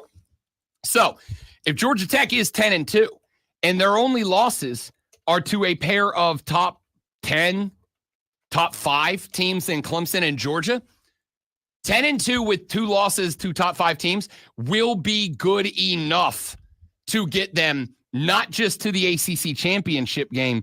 I think it would be good enough even if they lose the ACC championship game to get them into a playoff this year. So I am riding with the Ramblin' Wreck of Georgia Tech to not just be in the ACC title game. I think that they will be in the college football playoff this year. That's my hot take. That's my prognostication. What is yours? The Hub City Spartanburger text line is open, 844-326-3663, 844-FANFONE. You can text that number if you would like to call and go on the air with your hottest college football preseason prognostication. Now is the opportunity because, ladies and gentlemen, we are in the final 6 days of the preseason, so now's the time to get them in. You can jump at us on the email, rob.brown@thefanupstate.com. If you would like to email me, you can DM or social media post me at the Rob Brown Show. That's the handle on Twitter. That is the handle on Facebook. That is the handle on Instagram. That is the handle on TikTok. Fire me off a message or a DM on our social media. I am going to take all of your hot take projections and prognostications for the 2025 college football season. I am screenshotting them with your name attached to it, and I am putting them in a Google Doc that I am going to save on the Google Drive. And at the end of the year, we will go back and we will evaluate these prognostications, and we will determine who has earned your I Know Ball badge here on the Rob Brown Show. So on the phone line, 844-326-3663, you can text that number. You can call that number. On social media, at The Rob Brown Show. In the email, rob.brown@thefanupstate.com. Whatever direction you want to go, give me your 2025 hottest preseason prediction or prognostication, and let's find out who knows ball, brother. Jersey Joe texted the show, said, driving in the big truck, listening on the Odyssey app, on my way to the Beham, Birmingham, Alabama. Be safe out there on the roadways. Jersey Joe, glad you're taking us along with you on the Odyssey app. You can do the same, by the way. Go to your app store. Go find the Odyssey app, AUDACY. It is faux free. Download it. Search the Fan Upstate. Click the little heart button. Click the Listen Live button, and you can listen to not just the Rob Brown Show, but you can also listen to Writer Than You. You can listen to the Rich Eisen Show. You can listen to Wire to Wire with Kerosene and Cole Bryan every afternoon from 3 to 7, and all of the other spectacular programming we carry here on the Fan Upstate. Go to the Odyssey app, AUDACY. It is free. Download it onto your digital devices and don't miss a minute of the best damn sports talk radio show in the continental United States. All right, let's run to a break. When we come back here in just a minute, want to have a little fun on the show because I found this, and while this is ordinarily not something that we would do here on the show, this made me laugh, so we're going to do that. We are going to do that. The most unique course, college course, school course, educational course offered at every school in the Southeastern Conference. I want to know, which ones are you taking or not? And we're going to see who it is that's got the biggest joke and the most interesting, unique course in the SEC. Some of these are absolutely hilarious. Some of them absolutely kill my hope for future generations. That's coming up next. I'm Rob. He's Lonzo. The Rob Brown Show's on your radio. It's the Fan Upstate. All right, dude, stay right there. We'll be right back.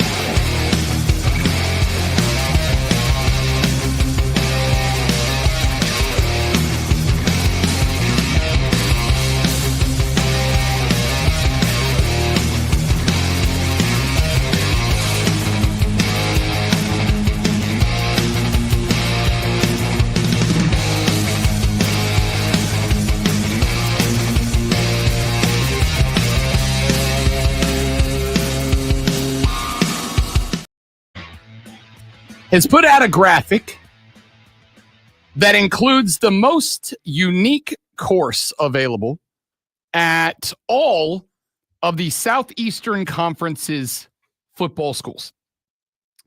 And some of these courses are absolutely hilarious. Some of them I am entirely unsurprised by. And some of them I went, no friggin' way. No friggin' way. Here are the courses available at some of these schools. Now, before you go, wait a minute, Rob, are these real? The answer is, I don't know, but I'm going to take it as they are. And the reason why is, I would like all of you to remember that not at one, but at two different schools, Mike Leach, when he was with us, taught courses on pirates, and not like history courses, like the history course on the golden age of piracy. No. On how to actually be a pirate, which is pretty spectacular. Don't you disparage the memory of Mike Leach now. Disparage? Sir, nobody in America loved Mike Leach more than I. Because we both know if we were at that one of those schools, we would have taken that course. That is 100% accurate. One of them, I do not remember which one. And showed up early and got A's. One of the schools out there offers, if you complete elective classes that include archery, fencing, and I don't remember exactly what it was, but like a firearms course through the school, you earn a minor in piracy. Like, these schools do weird stuff, but hey, it's not hurting nobody. Have some fun. Old school piracy, not like Somali pirates or something, I guess. Yeah, sure. Why not? Because there's no way they'd be training those guys. So here are SEC school by SEC school, the most interesting courses at each school.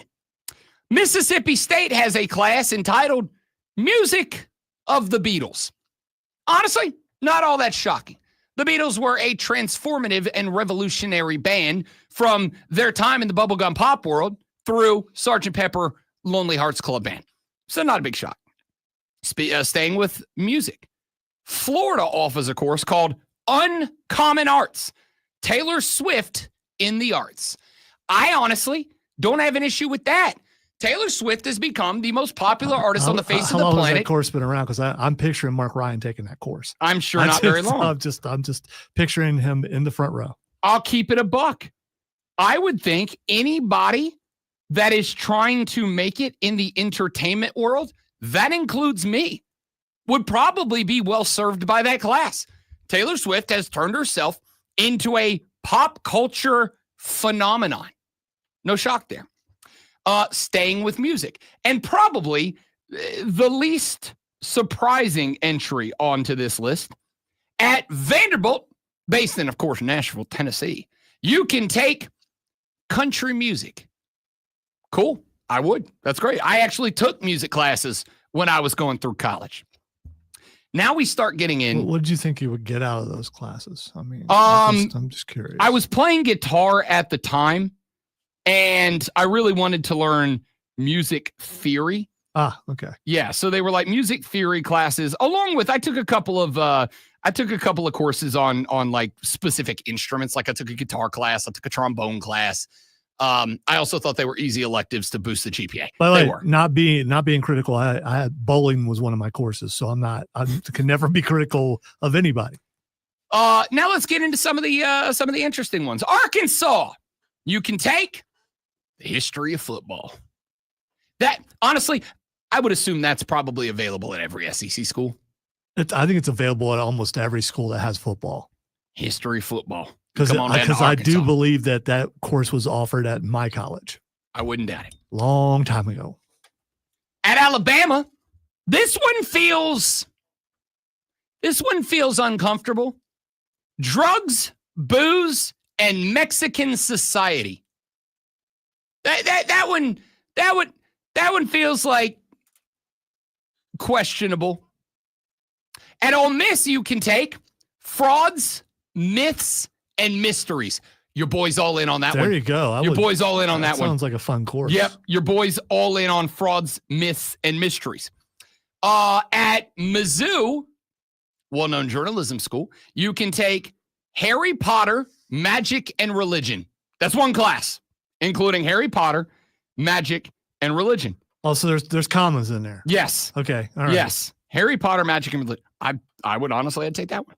At the University of Tennessee, you can take UT Appalachian Strings.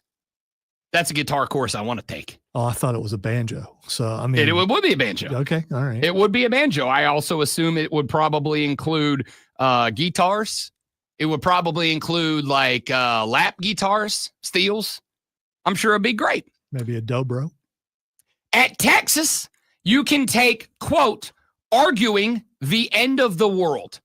I love that one. Let's just kick the existentialism into high gear. What did you major in, Rob? Oh, doom.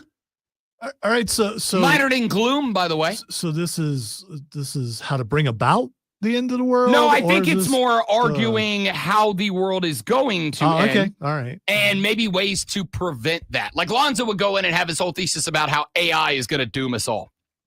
And then I would say, no, it's not. Relax. At Texas A&M, you can take a class on Texas barbecue. I mean, I would. I think that's the Texas barbecue is the least appealing of the barbecues to me, but I'd still take the class. I'm guessing if you have to take a class on how to do that, then you had no family. That's just what I'm guessing. Staying in the food world, at the University of Georgia, you can take Waffle House geographies. Now, here's the thing about that one. Sounds silly. I get it. My dad used to point out all the time to me that when McDonald's was getting its start back in the day, what was his name? Roy Kroc, I think, was the guy who kind of got McDonald's turned into a phenom. He said, you are not learning how to sell burgers. You are learning about psychology. He pointed out that Ray Kroc figured out if you can tell people your food is already ready, you just have to come pick it up even before you know you want it. And if you can figure out the real estate market about where to put a McDonald's that makes it most likely people pull in and buy a burger, you'll be successful. Waffle House, kind of the same thing. People have asked me before, like, why can you go to a town and there's a Waffle House on both sides of the road? The answer is because enough people go, and if you were driving and the Wahoo's on the other side of the road, you might go, I'm not crossing traffic for that. But if the Wahoo's on your side of the road, you will. Well, if there's enough for you go in both directions that say I'm not crossing the road for the Waffle House, but I'll stop if it's on my side, now the Waffle House is selling on both sides of the road. Let's go to Oklahoma. You can take a class, would do this one too, on the American gangster in history. We'll take that one.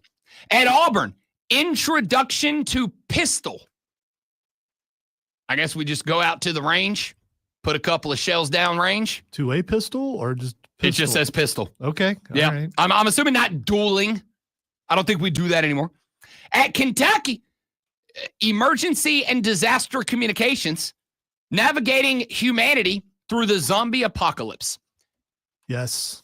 Please sign me up. Now, that one is a pretty standard communications class. Crisis Communications is a communications class. I'm a communications major. Crisis Communications is a class that you must take in order to get your comms degree. And what they did here was, like most the crisis communications class I had to take, at the end of the year, to pass the class, we had a mock disaster in class. And basically the class became the communications department for a major city. And they gave us a mock massive natural disaster. And we had to run communications as if it was real life. They've done that. They just made their disaster the zombie apocalypse. At least they made it fun. I respect that. Let's go with the LSU. Vampires in film and television. That's big. Obviously, New Orleans, Louisiana is a city that has been related to vampirism back when people actually believed vampires were real up through today. You can still Anne Rice and all of her vampire all based in New Orleans. Interview with a Vampire based in New Orleans. The Brad Pitt movie that was based on an Anne Rice novel, et cetera, et cetera. You mean the Tom Cruise movie? The Tom Cruise movie based on the book. What did I say? Brad Pitt? Yeah. Yeah, whoever it was. They both were in it. Handsome guy. They were both in it. Yeah, I know. Yeah, I was right. I don't know why you picked Brad Pitt over Tom Cruise, though. Because it's Brad Pitt. Okay. All right. And now the moment that you've all been waiting for.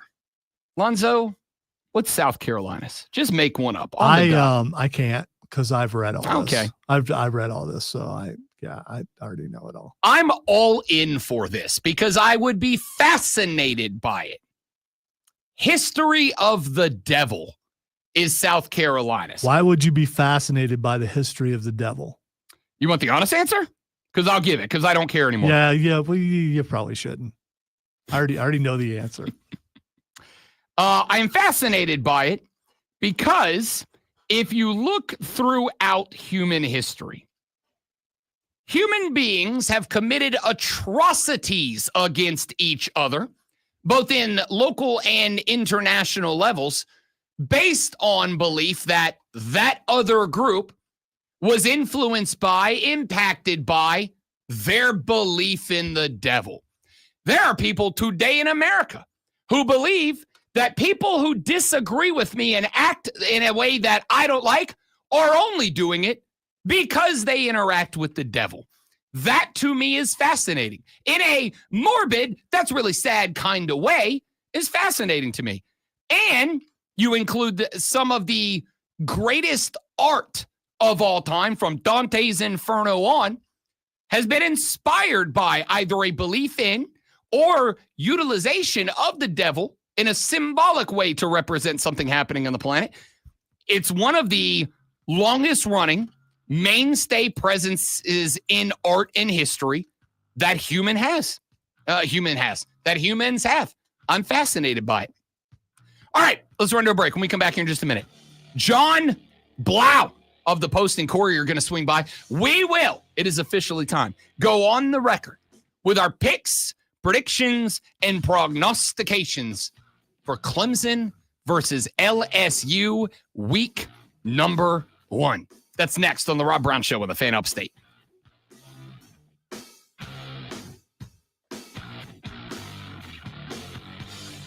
Morning, Bob. We had a baby. It's a boy. That's a great name. I approve. We had a baby. It's a boy.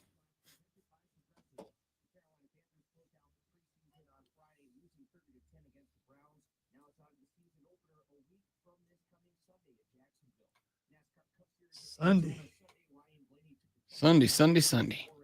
All right. I saw so much this weekend about that War of the Worlds. Yeah, I keep seeing how bad it is, and I keep thinking I'm going to sit down and watch and see if it's as bad as they say, and I just never do. I you have actually heard watch some of it? It is so bad that it can't even redeem itself in that like ridiculous campy cult type. fun. Yeah. Okay. Yeah.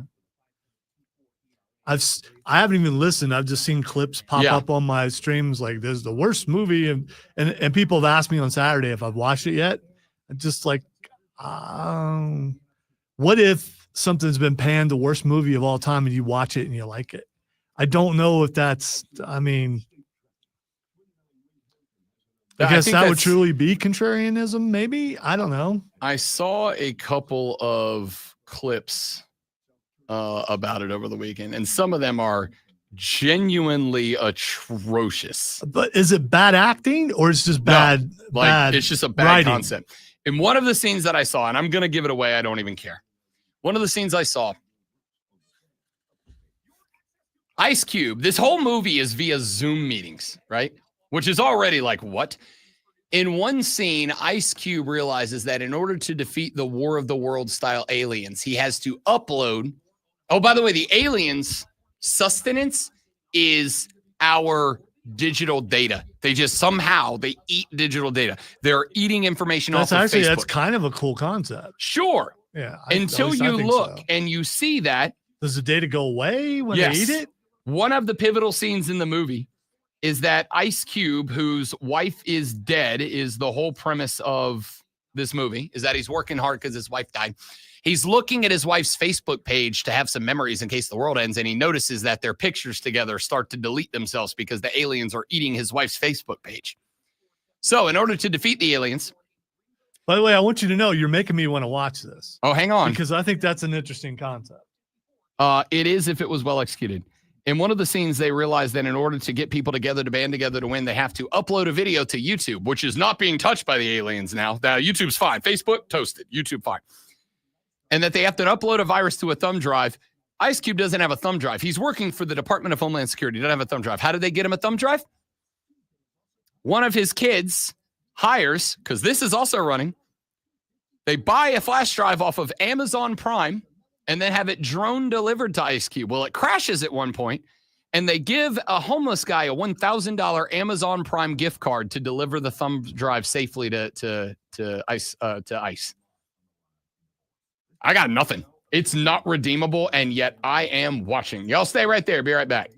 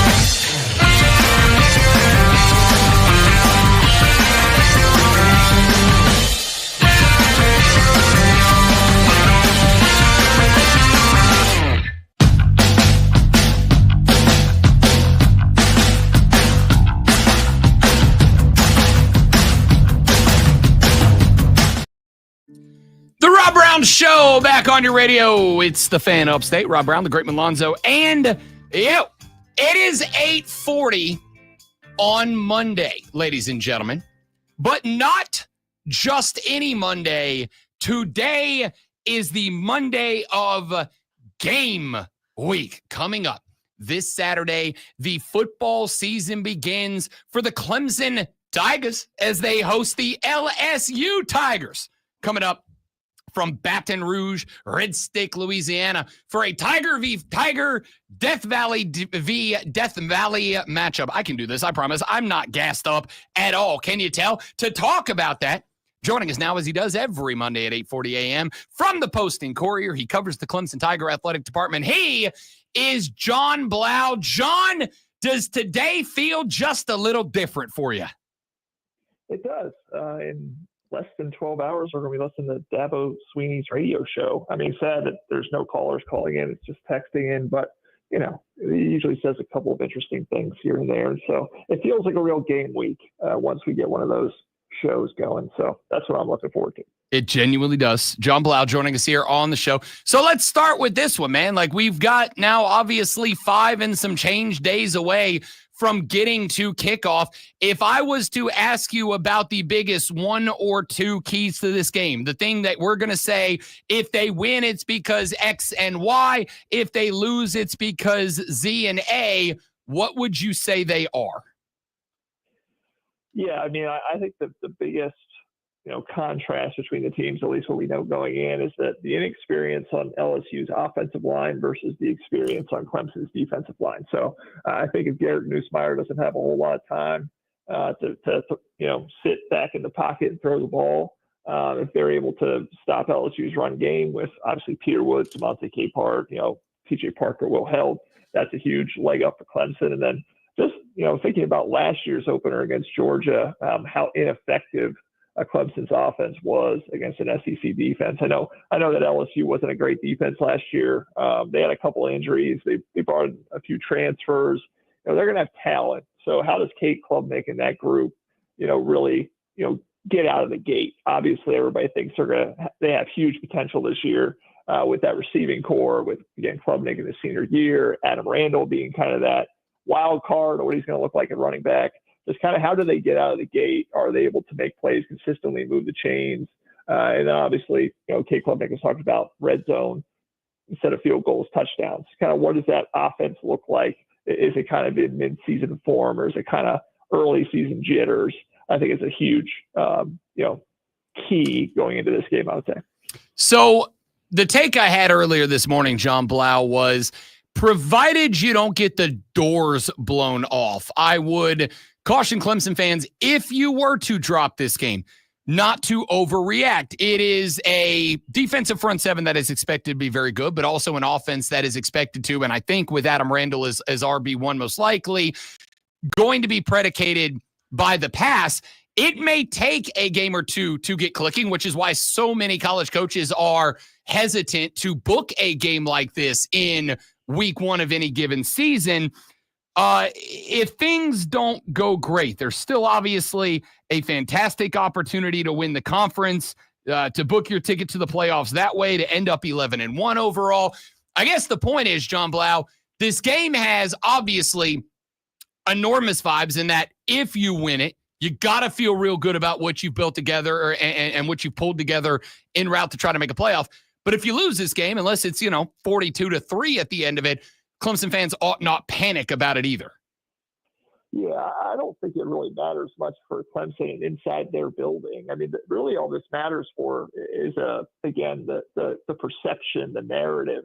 When you go back and look at the last couple of Georgia openers, when you look at the loss to South Carolina last year, I mean, I think Dabo Swinney since 2014 has a 15-10 record versus the SEC, but it's 3-6 in their last 9 games.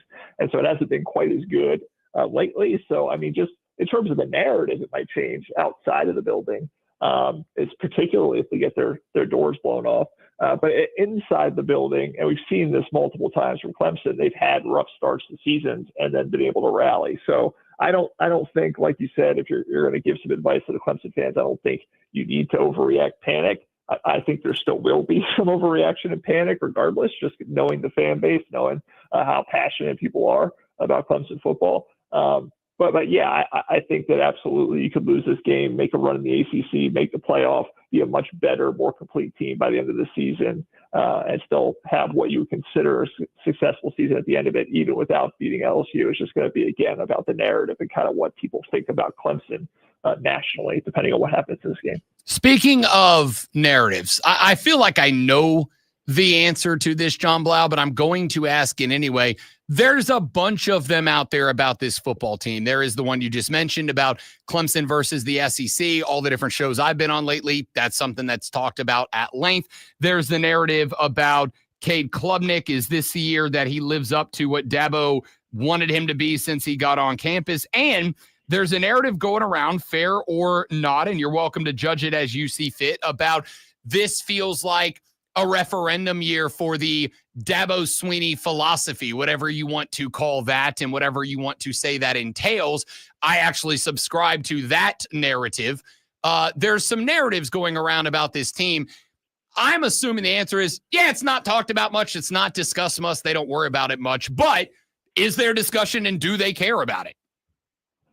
I mean, I don't know if they care specifically as you word it, but I mean, we've heard it from, Wade Woodhouse talking about the fact that he's tired of hearing Dabo talk about Trevor Lawrence and Grady Jarrett and Christian Wilkins and all these great players of the past. And he wants all of those pictures on the walls taken down and have some pictures on the walls of the players from this year's team. I mean, they want to be, one of those great teams.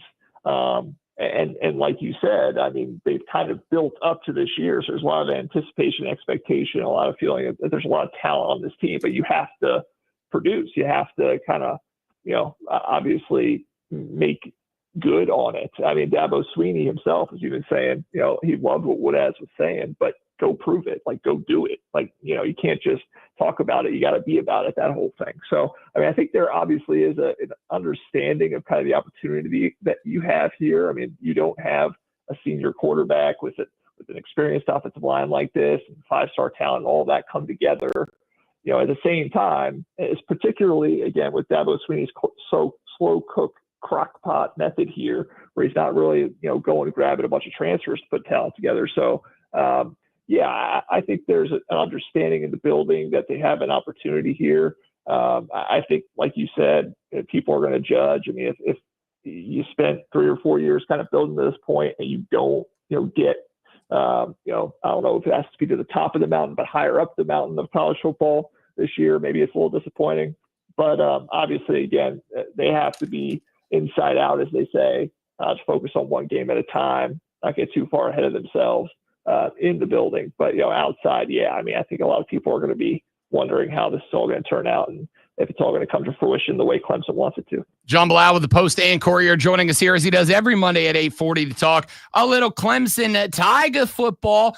Let's look at this game against LSU. Over on the other side of the football field, Garrett Nussmeier is another dude that is expecting to have himself a big year this year. A lot of folks projecting that he is going to be a Heisman Trophy finalist, etc. What do you think the challenge presented by Garrett Nussmeier and a very good LSU offense, at least if you listen to the LSU folks, how do you think Clemson best handles that? Is it just an attack from the front seven? Will we see a bunch of blitzes out of Tom Allen's defense? What does the defense look like against a quarterback that a lot of people have high expectations for? Yeah, I think you want to be aggressive. I think you want to get after him, because if Garrett Nussmeier has any weakness, he does throw a bunch of interceptions. I mean, he does make mistakes. It's kind of like, I think of, Sam Hartman, some of the other great quarterbacks that Clemson has played in past years, and they got after them, hurried them, got them kind of a little out of sorts, and all of a sudden they turn the ball over, the game swings the other way. So I think absolutely, if you're Tom Allen, you're going to want to bring a lot of different looks, a lot of pressures. That's the one advantage that Clemson maybe has here, is that, this is a different scheme. It's going to be a little different than what, LSU sees on tape. I think you try to get after him as fast as possible, get him off his platform, make him kind of try to, move outside the pocket, see if he can make some plays with his legs, get him uncomfortable. Because, if you just let Garrett Nussmeier sit back there and pick you apart, it's going to be a long day. So, I think getting pressure on him is going to be important, not allowing him to have time to allow those deep routes to develop. I mean, 'cause they got a lot of speed, the receiver, LSU does. And if Clemson's defense has any question mark right now, is it safety, exactly what that's going to look like, and kind of the depth behind Ashton Hampton and Avion Terrell. So, I think if you're Tom Allen, you want to get after him all day and see if you can kind of rush him into some quick throws. I agree with that entirely. And I think that if LSU is going to succeed this year, what you just mentioned is precisely the way they're going to do it, with speed, with deep balls, with big shots down the outside, etc. If Clemson gets into a spot where they are in a shootout with LSU, we're talking high scoring, we're talking about the two quarterbacks going off for big yardage, etc. What do you think their odds are of success there? Or does a win or loss get predicated by, can they get to the quarterback and prevent it from being a high scoring shootout? Yeah, I don't know. That's a good question. I mean, I think that, obviously the offense we saw from Clemson last year at times in terms of their ability to put up points, LSU's defense last year in terms of not being, that, great, it has given up points in the past. And so maybe that's not a bad situation to be in if you're Clemson. I mean, maybe you can win a 38-31 shootout in Death Valley. At the same time, I just wonder, and my concern is, again, the running game. We have not seen Adam Randall consistently down in, down out run the football 12, 15 times? And are you going to be able to establish the run against LSU to be able to string together those 12, 13, 14 play drives and be able to put up that many points? So I think you are, again, with some of the question marks that kind of are still in my head, I think it might be a little risky to feel like you have to win a shootout. I think obviously the odds are much better if Tom Allen and that defense can create some havoc, cause some turnovers, get LSU playing from behind. But at the same time, can they? If all the answers to this offense, again, with Randall and the offensive line and receiving core and everything, come out in a good way for Clemson, they absolutely can. But we have to see it to believe it first. So, again, odds are better if your defense actually plays well, I guess.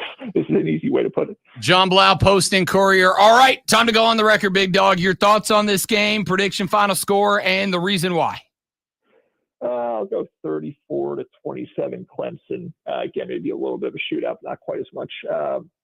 And just because, Clemson has a lot, going for them here in terms of what they need this game for. I mean, just again, to establish home field advantage. They had a couple, games last year against Louisville, South Carolina, disappointed at home. They had a few openers of late where you really haven't played the way you wanted to.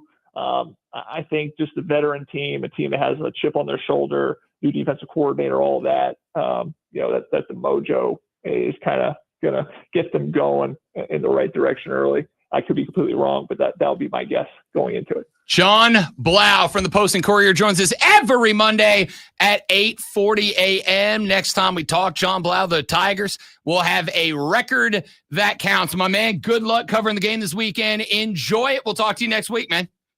Appreciate it. Thanks, Rob. You know it. John Blau, Post and Courier. Follow him on X at John_BLAU. We appreciate him very much for joining us every Monday. And again, we will talk to him next week on the show when the Tigers are either 1-0 or 0-1. No, we won't. We're off next Monday. I just remembered that because it's college football weekend. Did you just remember that? I literally just remembered just that. Out of the blue. Yep. I just completely and without any inspiration or shaking of heads violently anywhere else. Remember that. I'll get with John. We'll move into Tuesday. We'll move you to the top of the hour break. We will also move you emotionally with this sports flash. Or move a bow. I don't know. The Atlanta Braves defeated the New York Mets yesterday 4-3. Bryce Elder held the Mets to 3 hits and 2 runs through 6. Both runs coming off of a Mark Ventos homer. And the second, the Mets wouldn't score again until Juan Soto's RBI single in the top of the 9th. Atlanta had 8 hits, including 2 RBI singles from Sean Murphy and Jurickson Profar. After a series of near misses, Tommy Fleetwood recorded a win in the PGA Tour Championship in Atlanta yesterday, his first in his 164 starts on tour. Fleetwood picked up the FedEx Cup Championship and a $10 million paycheck with the win, which is it's kind of cool. Cal Riley's stellar season continued with a record-breaking performance this weekend as he clubbed homers. I guess that means good. Number 48 and 49 in 11-4 win over the Rockies, giving him the single-season record for home runs by catcher.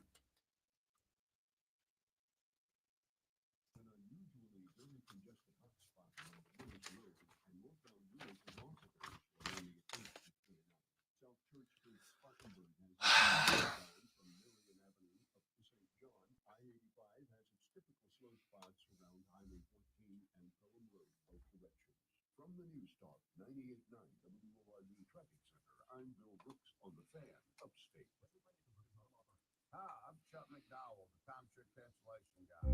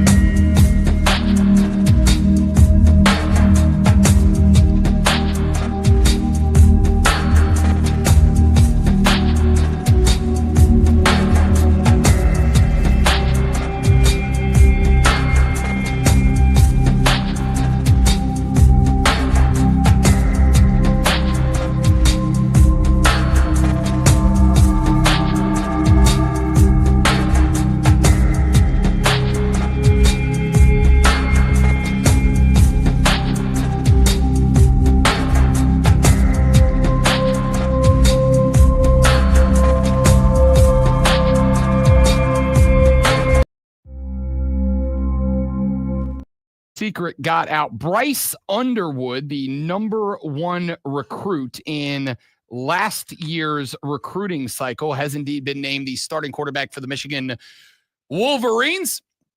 We got to get to that. Well, not that, but we got to get to Michigan and what their season looks like this year, because we have talked in depth. Yeah, I noticed that was in the in Sports Flash, and I just deleted it. I just want you to know that.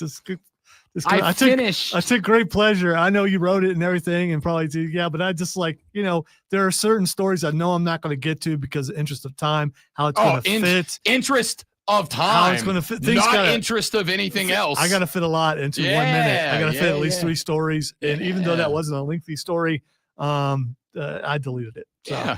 Interest of time and not interest of guy. That's different. Anyway, a lot of football we got to get to. A lot of football we got to talk about. I want to switch to the NFL here for just a couple of moments from right now. And here's why. I want to switch to the NFL for 2 clips very quickly. Now, you all are very aware that I have, for a very long time, made the point to you as NFL fans, and also to me as an NFL fan, because I'm in the camp I'm about to talk about, of being able to come to the recognition, realization, revelation, whichever you want to label it as, that if your football team has bad ownership, management, leadership, whatever the case might be, you can't win. Yeah, that's just it. You can't win. So, because Jerry Jones, and this is not exclusively a Cowboys segment, I'm just using him as the jumping off point here. Stick with me. Because Jerry Jones has kind of been the illustration of that. And the fact that nary but a couple of days ago, we played you the audio of Jerry Jones, where Jerry Jones said, the Cowboys are a soap opera 365 days a year. What the hey, dude? And if we're not at the front of the newspapers, then I'll go out there and do something to make sure next week we are. I'll say it's amazing how your Jerry Jones and your George W. Bush kind of sound very similar. Both Texans, I guess. Yeah, pretty close. Yeah. They're pretty close. So JJ last week did an interview with Stephen A. Smith because lulz, if you want to be on the front page of the paper, yeah, go do an interview with the guy who is all about nothing but making sure he is a soap opera 365 days a year. And JJ, obviously, as he should have, was asked about the Micah Parsons scenario.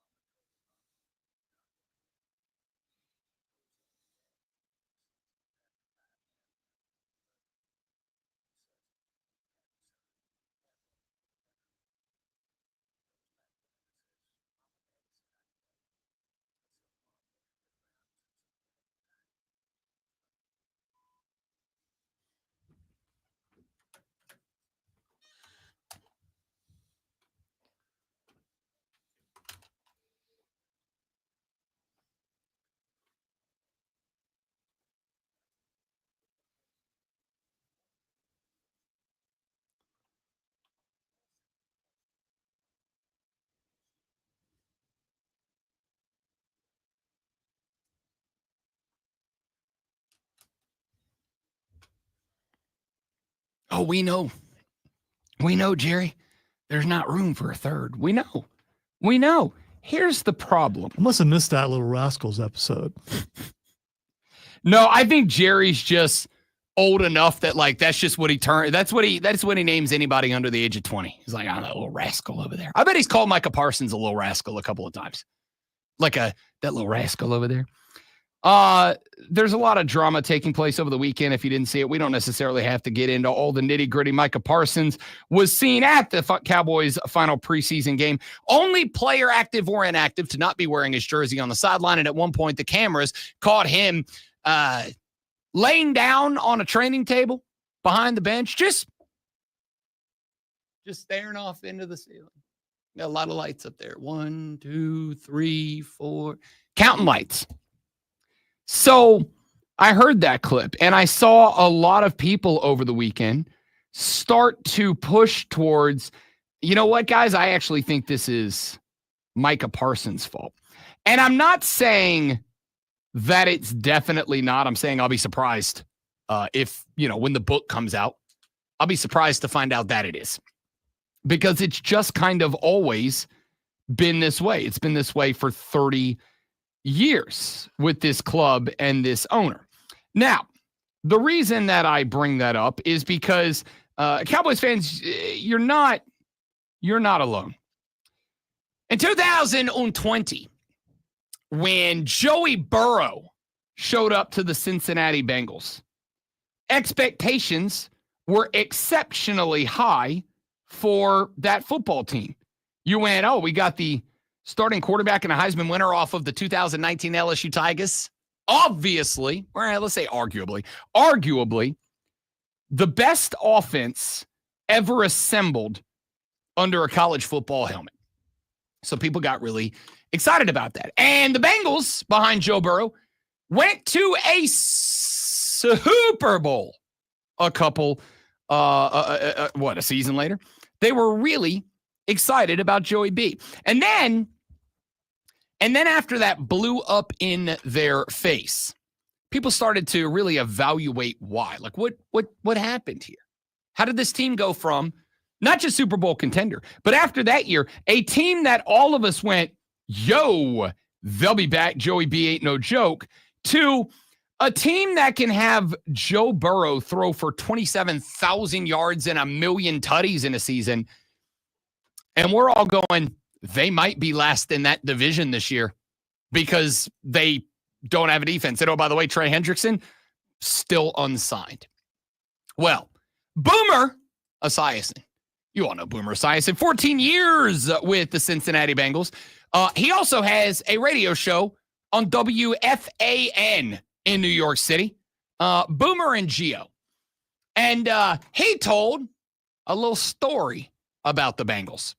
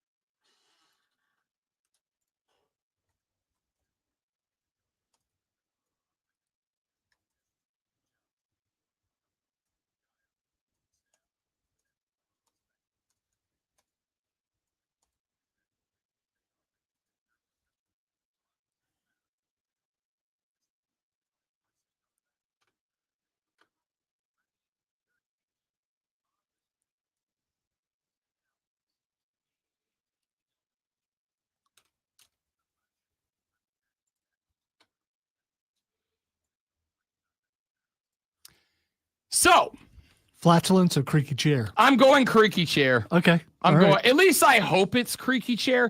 If it's not, Boomer is a little bit older. Boomer's a little older. Yeah. If that's not a creaky chair, Boomer's next endorsement is lined up with the Pens. All right. The reason I play that, if you didn't follow, is this. The Cincinnati Bengals have invited Boomer Esiason, who is in their Ring of Honor, to come to their Ring of Honor celebration for this year's Ring of Honor inductees. Wonderful. And then they said, should you wish to attend, we will give you Boomer Esiason, who played 14 years here and was very successful during the time. We will give you 2 complimentary tickets and literally nothing else. Now, I'm not saying that Boomer Esiason's hurting for money. He's probably fine. And this is kind of one of those spots that I've always gotten really frustrated over the years when you go to events. If you're in a capacity like me, I got to go to events in a lot. Like when I go cover SEC, ACC Media Days, like food's taken care of at the event, but hotel rooms, that's on us. Travel, that's on us. Anything I want to do while I'm in Charlotte, Atlanta, wherever I go, that's on us. And then you see guys who are very clearly loaded, and they give them everything for free. And I'm like, that guy's got money. Why does he get everything for free? The answer is because that's how you get people to come there and do things. So they sent Boomer a note that if you want to come, we'll hook you up with 2 tickets and nothing else. Boomer will go on to point out that they did not offer him travel to get there and back. They did not not only offer him a hotel room, they hit him up with an email that said, if you want in, there's a block of rooms available for you at the local Renaissance Hotel. You can book using our code Bengals or whatever it is. Now, that may not feel like a big deal, but I would like you to look right up the road in Charleston, North Carolina, because what you will see happening at Charleston, North Carolina, Charlotte, North Carolina, that's a different place. In Charlotte, North Carolina, because what you'll see is for all of the criticism and critique that we have offered about David Tepper over the years, one of the things that I think what is happening to me? The Panthers, why the hell did I say 49ers? The Panthers have done better than anybody else is to keep their legends involved, to keep the guys who have been fan favorites and successful players involved with the team. And they take care of that for the boys, right? Like they hook them up so that they will want to stay involved and active. There was one more story that broke over the weekend, and it was told by A.J. McCarron, former Alabama Crimson Tide quarterback, who spent, I think, either a year or 2 with Cincinnati. And he pointed out that when he was with the Cincinnati Bengals, the NFL regularly sends merchandise to teams to distribute to the players, right? Like NFL merch, team branded. A.J. McCarron said that when he was a Cincinnati Bengal, that they would regularly send team-branded NFL-produced and distributed merchandise over to the Bengals. And he said that the Cincinnati Bengals, with some level of regularity, straight up did not give that merchandise to the players. They didn't give it to them. They said, what would they do with it? And he said the Bengals kept it, and at the end of the year, they would do a fan garage sale at the facility, and they would sell all the merchandise that was supposed to go to the players but did not. They would just have a garage sale, and they would let fans come by team-issued merch that was supposed to go to the players, but instead they sat on it so they could have a garage sale and make a few $100 at the end of the year. Now, I'm sure they made more than a few hundred.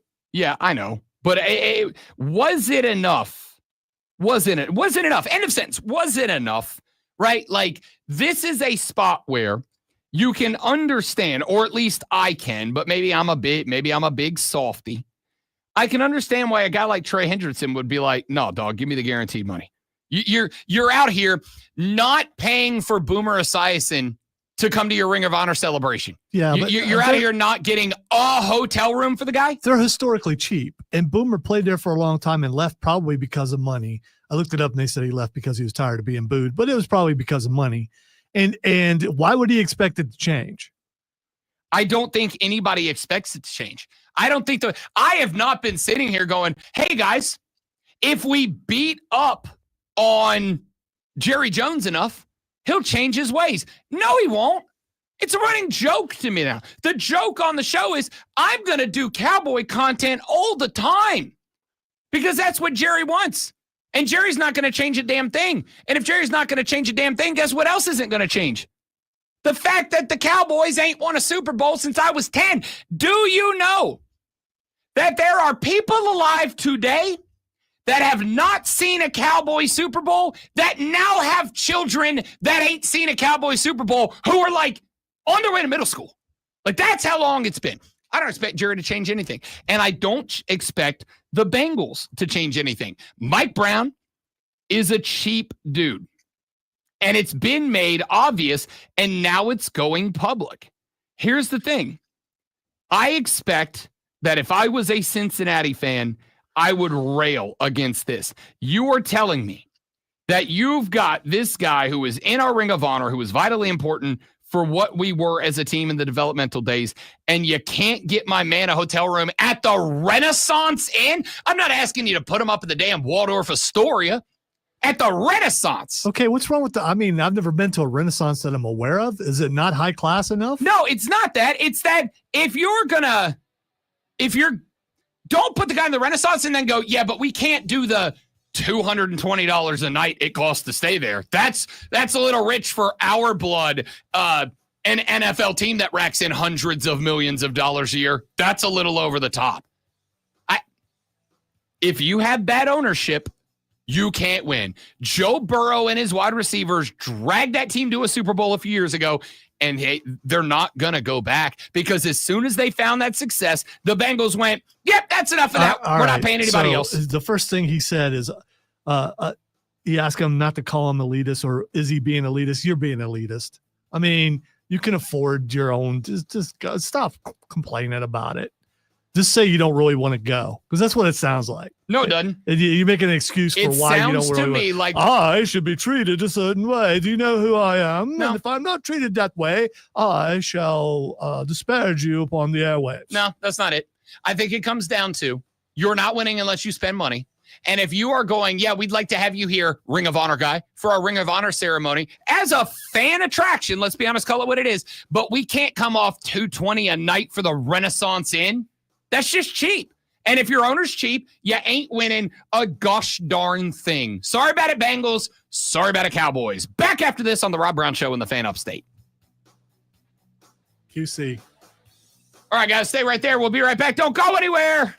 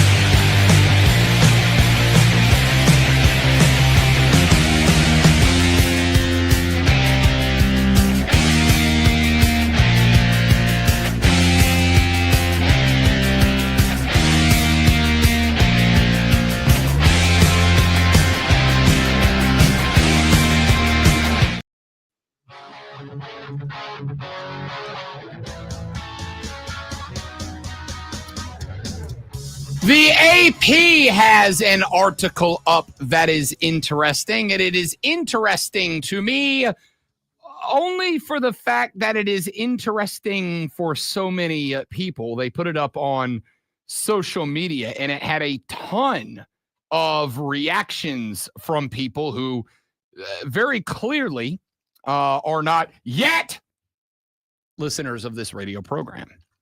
The AP posted an article yesterday afternoon with the headline, "Schools use field logos, higher concession prices, and more to pay for the new era in college sports."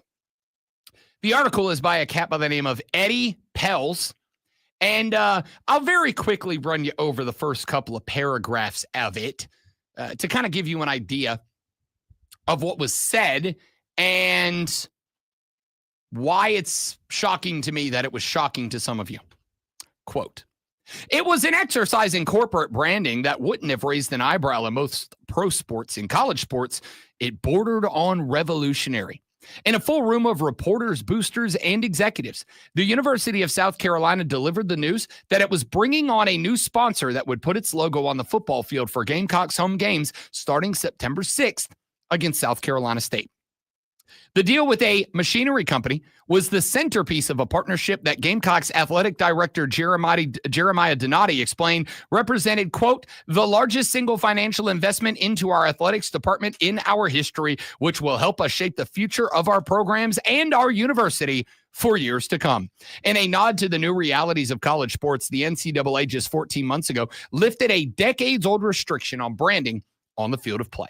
It opened a new financing stream for universities that are sharing up to $20.5 million in revenue with their players over the next year, while also doling out millions more in scholarships in an industry reshaped by the multi-billion-dollar lawsuit settlement that has turned college sports into something that looks more like the pros." The article goes on to point out that Virginia Tech received a influx of $44 million, brings their sports budget to $200 million, and that field branding may be in play with them. They also point out that the University of Tennessee has implemented a talent fee that is a 10% surcharge on all athletic tickets. Multiple Big Ten teams have increased student season ticket prices for football. Arkansas added a 3% student athlete scholarship enhancement fee to concessions sold at its sports events, in what athletic director Hunter Yurchek told fans in a letter was a, quote, small but meaningful way to support athletics. Clemson is mentioned by name. Pels points out that among schools that added athletics fees to the cost of attendance are Clemson. You will now, if you are a student, pay $300 per year in advanced tuition as an athletics fee. South Carolina, also by name, $300. Louisville, $200. West Virginia, $250. Pels says that at Clemson, that fee is expected to raise around $7 million per year. Now, there is a bill making its way through Congress, which proposes to bar schools from using these sorts of fees to bankroll college athletics programs. It is not in play yet, so these fees are in play right now. There's another interesting paragraph here written by Pels that says, quote, a 2023 analysis by Sportico estimated the per-student level at which most schools subsidize their athletic departments through a mix of fees, direct and indirect financial support, government funding, and other sources. At Power 4 schools, it ranged from $0 to around $1,400 per student, with the numbers trending upwards. Earlier this year, Texas Tech said it was earmarking an additional $9 million to support its athletic program, which has a budget of around $129 million and is also backed by its billionaire Board of Regents chair, Cody Campbell. At Mizzou, administrators covered a $15.2 million deficit in the athletics budget with an internal loan, and also increased financial support for fiscal year 2024 by $2.9 million up to $25.7 million. Kentucky's Board of Trustees recently approved the plan to lend the athletic department $141 million, $110 million of which will go to fund facility projects, and the rest going to offset expected deficits over the next 2 years. Michigan State floated a $12.1 million internal loan that they will have to pay back to themselves, I guess. I don't know why any of this is entirely shocking to anybody. I was reading through some of the comments that were actually on a Reddit thread over the weekend about this. And I found it absolutely hilarious because there were fans out there that were like absolutely shocked, like absolutely stunned that this was happening. That, oh, if I'm a Tennessee supporter, my tickets just went up 10% in price immediately. Why, oh, why is this happening? Because it can. Because it can, and in some cases has to. Because Tennessee wants to be competitive in the grand scale. And in order to be competitive in the grand scale, you now have to have hundreds of millions of dollars available to you at pretty much any given moment. And if ticket prices go up 10%, do you think for a second that Tennessee is not going to fill up Neyland Stadium? Of course they are. I was having a conversation this past weekend with a friend of mine who was a listener from back in my days when I broadcasted down in Destin, Florida, and extensively covered Florida State University for a couple of years. FSU just knocked down the stadium capacity of Doak Campbell Stadium by about 7,000 to 10,000 seats. And in the process, they removed a huge swath of not general admission, but just like regular seats behind the home field. They knocked out about 12,000 and they replaced it with about 5,000 priority seats. These are luxury seats. These are mucho expensivo seats. Now, my buddy said, why would we do that?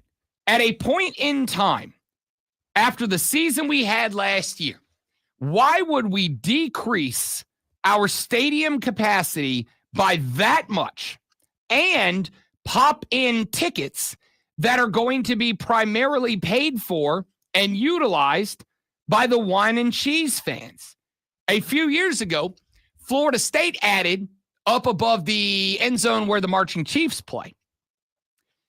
They added a luxury set of tickets up there. If you've ever been there or you've seen it on TV, you will notice that in the end zone above where the band plays, there's a big section way up at the top, and it has like neon garnet and gold spears on both sides of it.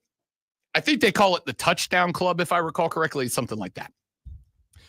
But basically, those are uber expensive seats, and they come with a bar, and they're catered, and they have food and drink, and yada, yada, yada. And the joke for a very long time has been, those are the seats that do not produce any noise, and those are the seats where people who are there that don't care about the game sit. And as somebody who, again, covered that team for a long time, including going to multiple games in Tallahassee, Florida, I can tell you those aren't jokes. They're real. That's absolutely real. So we said, why are they doing that? And I said, very simple. Because if Florida State can get 10 people in paying $100 or one person in who pays $5,000, who do you think they want in the building? It is just an extension and reality of you as a fan are not relevant. The only thing is your bank account, is the dollar bills, y'all.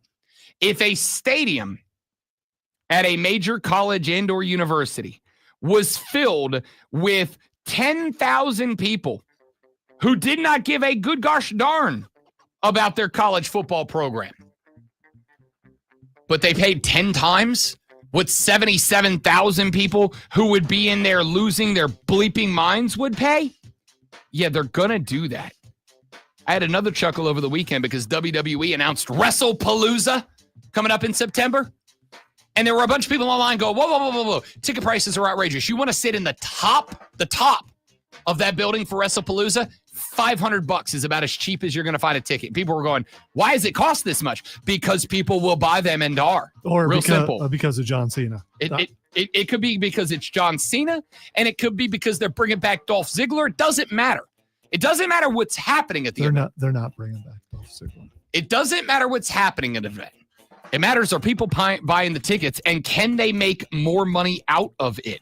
And if the answer is yes, they're going to do that thing. And your beloved college football is no different. This is why I've said for years, you, the fans, make college football games feel special, but your colleges are showing you you're not special. Look at Florida State.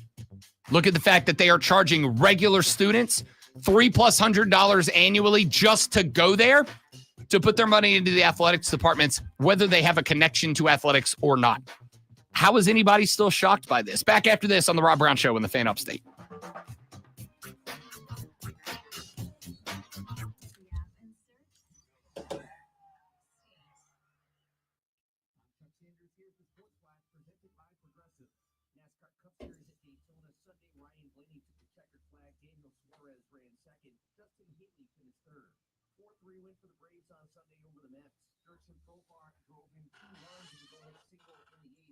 Straight back, guys. Stay right there. Did you watch any of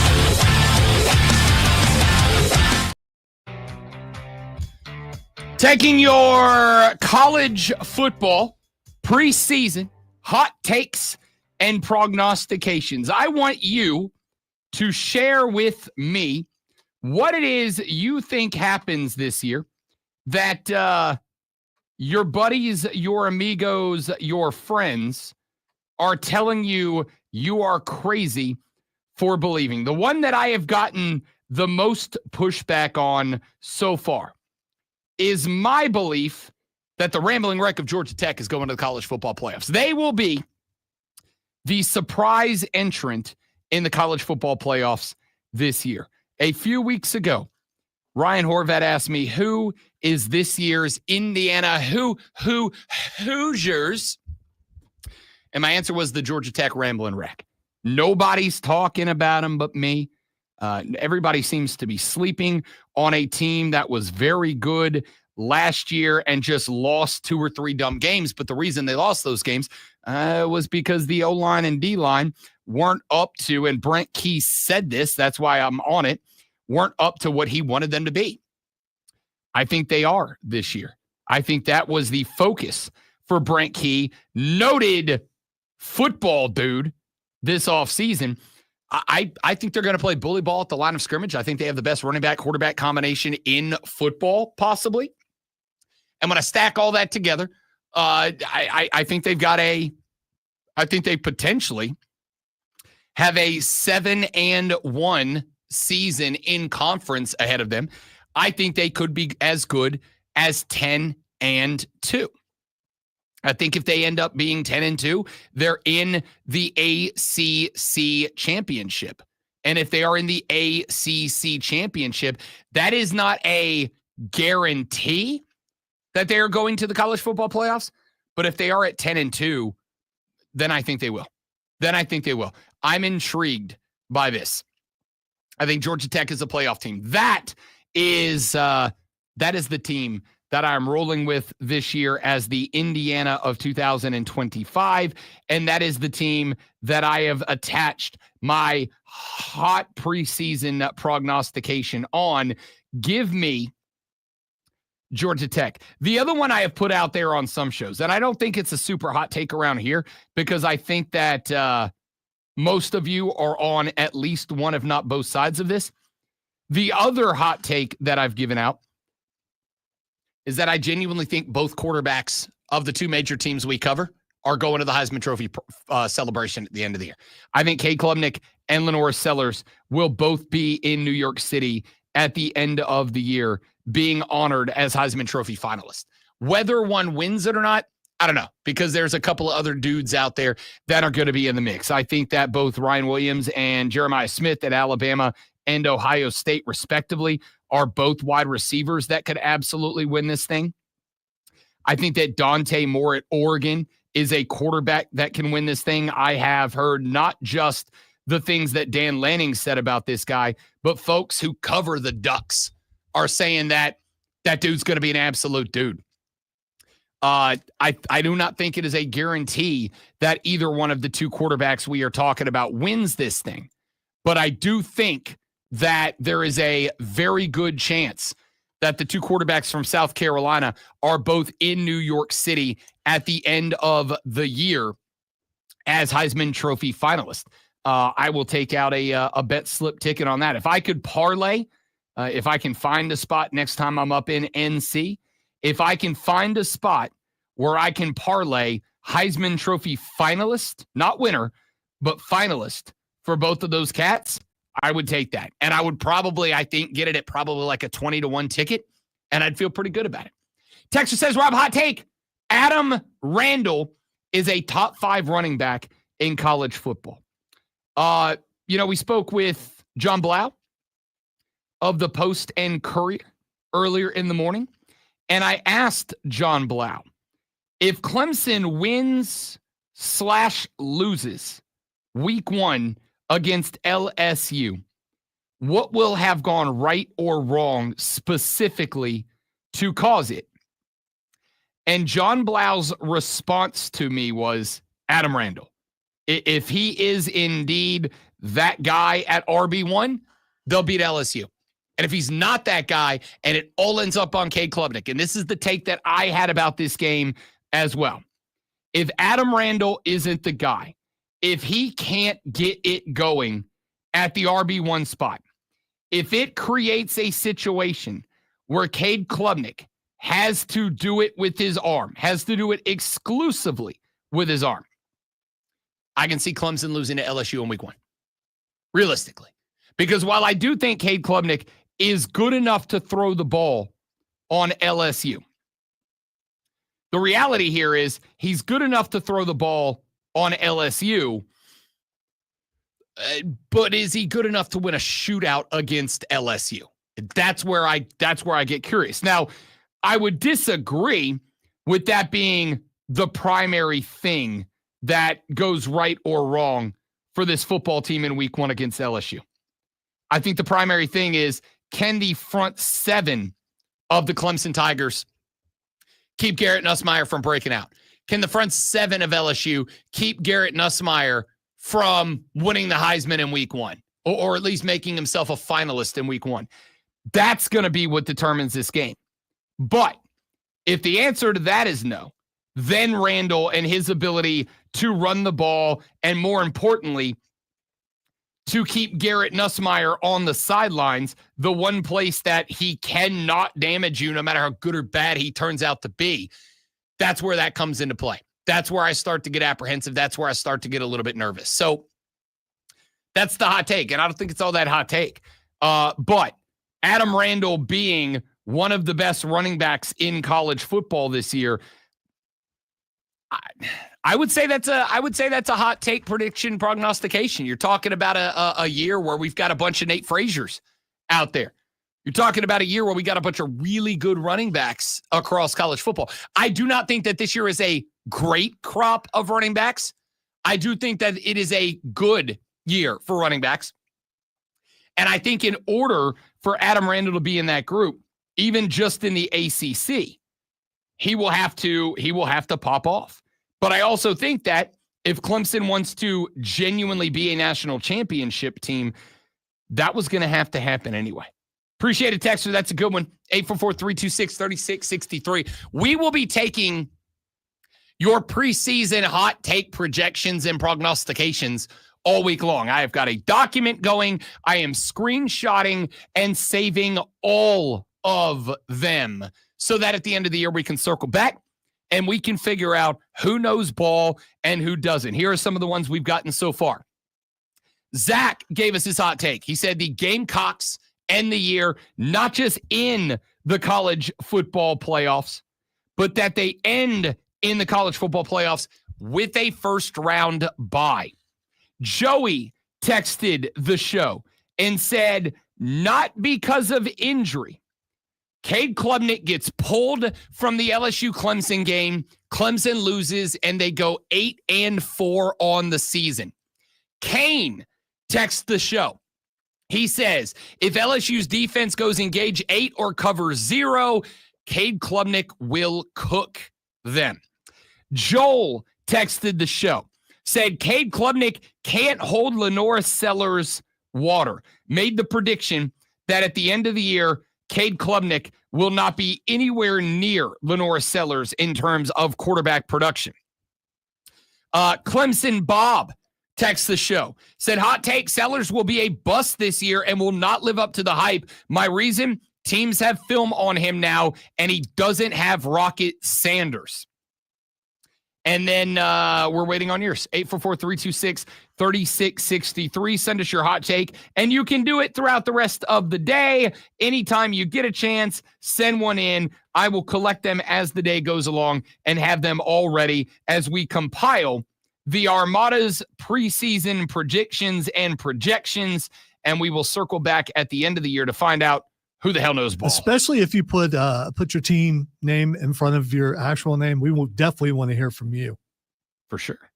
I mean, we want to hear from you anyway. But no, I want to hear from you. Specifically from you. No matter what team you put, in front of your name. So if you're Sanford Joe, I want to hear from Sanford Joe. Just go with Sanford as the team? Yes. I like it. I like it. I like it. If you are a Samford fan, we want to know what you got. We want to hear what you have to say. It's harkening back to hour number one. Full, Yeah, no, I got it now. So if you want to hear what we talked about, you should download the Odyssey app. TheFanUpstate.com. Go to the Facebook page, or go to the website. Check out the podcast button. Drop it down where it says The Rob Brown Show. Go back and pull up hour number 1 or 2 or 3 or 4 or the whole damn show on demand. We put it up there so you can listen throughout your day. You're welcome. And now, the Rob Brown Show presents Twitter. Now it's time for me to tell Rob what is Xing, yo, and he will tell us why. The first thing it's Xing is Carson Wentz. Carson Wentz Xing because he has been signed by the Vikings. Yes. Signed by the Vikings, who traded Sam Howell over to Philadelphia. He will join the reigning defending. Okay. Here's the reality across the NFL this year, and it's no different than most years. If any team loses their QB1 for any long-term period of time, any playoff aspirations they have are gone. Like, unless they're already locked in, and even then your Super Bowl aspirations are gone. There will not be a team that is capable of losing QB1 for a playoff run that can win the Super Bowl. That's just a fact. Yeah, you took my next one, which was Sam Howell. It's an unusual amount of trades happened over the weekend, I thought, right before the beginning of the season. Yeah, I mean, it's cut day tomorrow, so it's basically you're in a spot now where guys that you were going to cut anyway, you try to sell it as, it's real tough decisions around here, and get anything you can get back for them in the meantime. Speaking of being cut, the next thing is Xing is Shiloh Sanders. James said, good God, that's Kirk Cousins music. Shiloh Sanders cut by the Tampa Bay Buccaneers, and the question mark was it because he did not perform well enough to make the roster? Or was it because he punched a dude in the face? I think it more so should be because you punched him in the helmet. It's just so stupid to punch someone in the helmet. Okay. If you watch the full play, you can see that he was maybe justified in at least fighting. Sure. But don't punch him in the face. It was what was Zach Davis, the backup tight end for the Bills, that he did it. He was laughing when he got punched. Yeah, and as soon as he got punched, he looks at the ref like, bro, you can't do that, right, bro? Yeah, you can't do that, and I will agree with the great one that if you punch a dude in a helmet, I kind of don't need you around anyway, because your decision-making skills are very clearly poor. Think you'll get picked up by another team, though? Yeah, I do. Because I think you could say it was a stupid mistake. He seemed like he was having a pretty good preseason, but I mean, he's having an all right preseason. Mm-hmm. I think you could make the argument to pick him up, as many teams do, with guys who have done way dumber than that. I think you can pick him up utilizing the argument of, stupid rookie making a stupid mistake. He knows better now, and we'll give him a shot to be a special teams guy, because I do think he's good enough to be a special teams guy. All right, the next thing is Xing is his brother.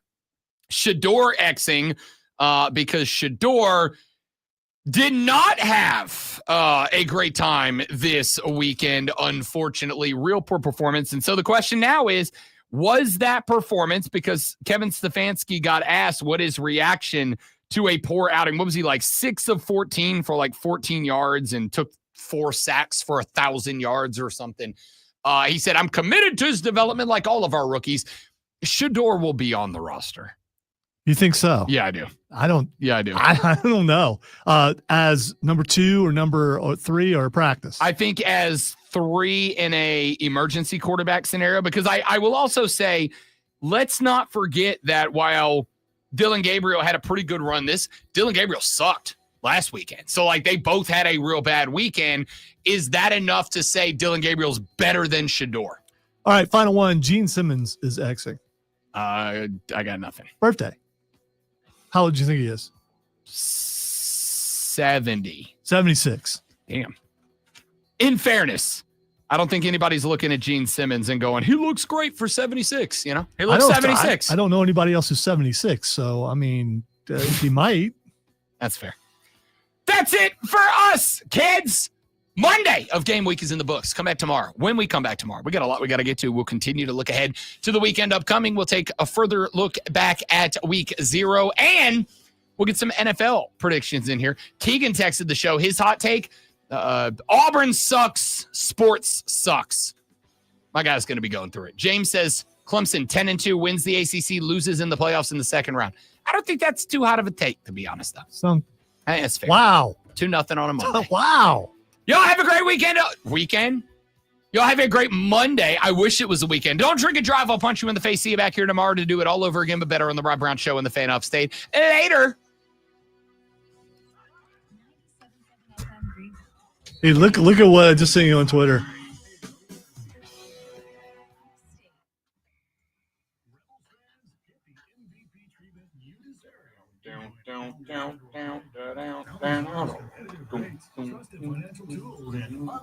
Oh, my. Drive a low rider.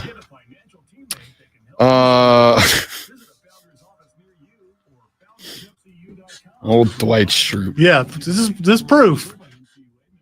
Yes, I'm sure your algorithm is not catered specifically to Ohio State football. No, the fact that I mentioned Ray that's Wilson. right. You did talk about yeah, Dwight. yeah, and then suddenly That's a good there call. he is in That's that. a good call. It's like, oh, That's a good call. All right, guys, I got to go do stuff. James said, fine, they're winning the Natty. That's the hot take. That's the hot take. All right, thank you guys for being here. Hope you enjoyed the show. If you didn't, I don't know what to tell you. We're going to try again tomorrow. Tell your friends about us. We're trying to get rich, famous, and retired. Have a wonderful rest of your day. Bye-bye.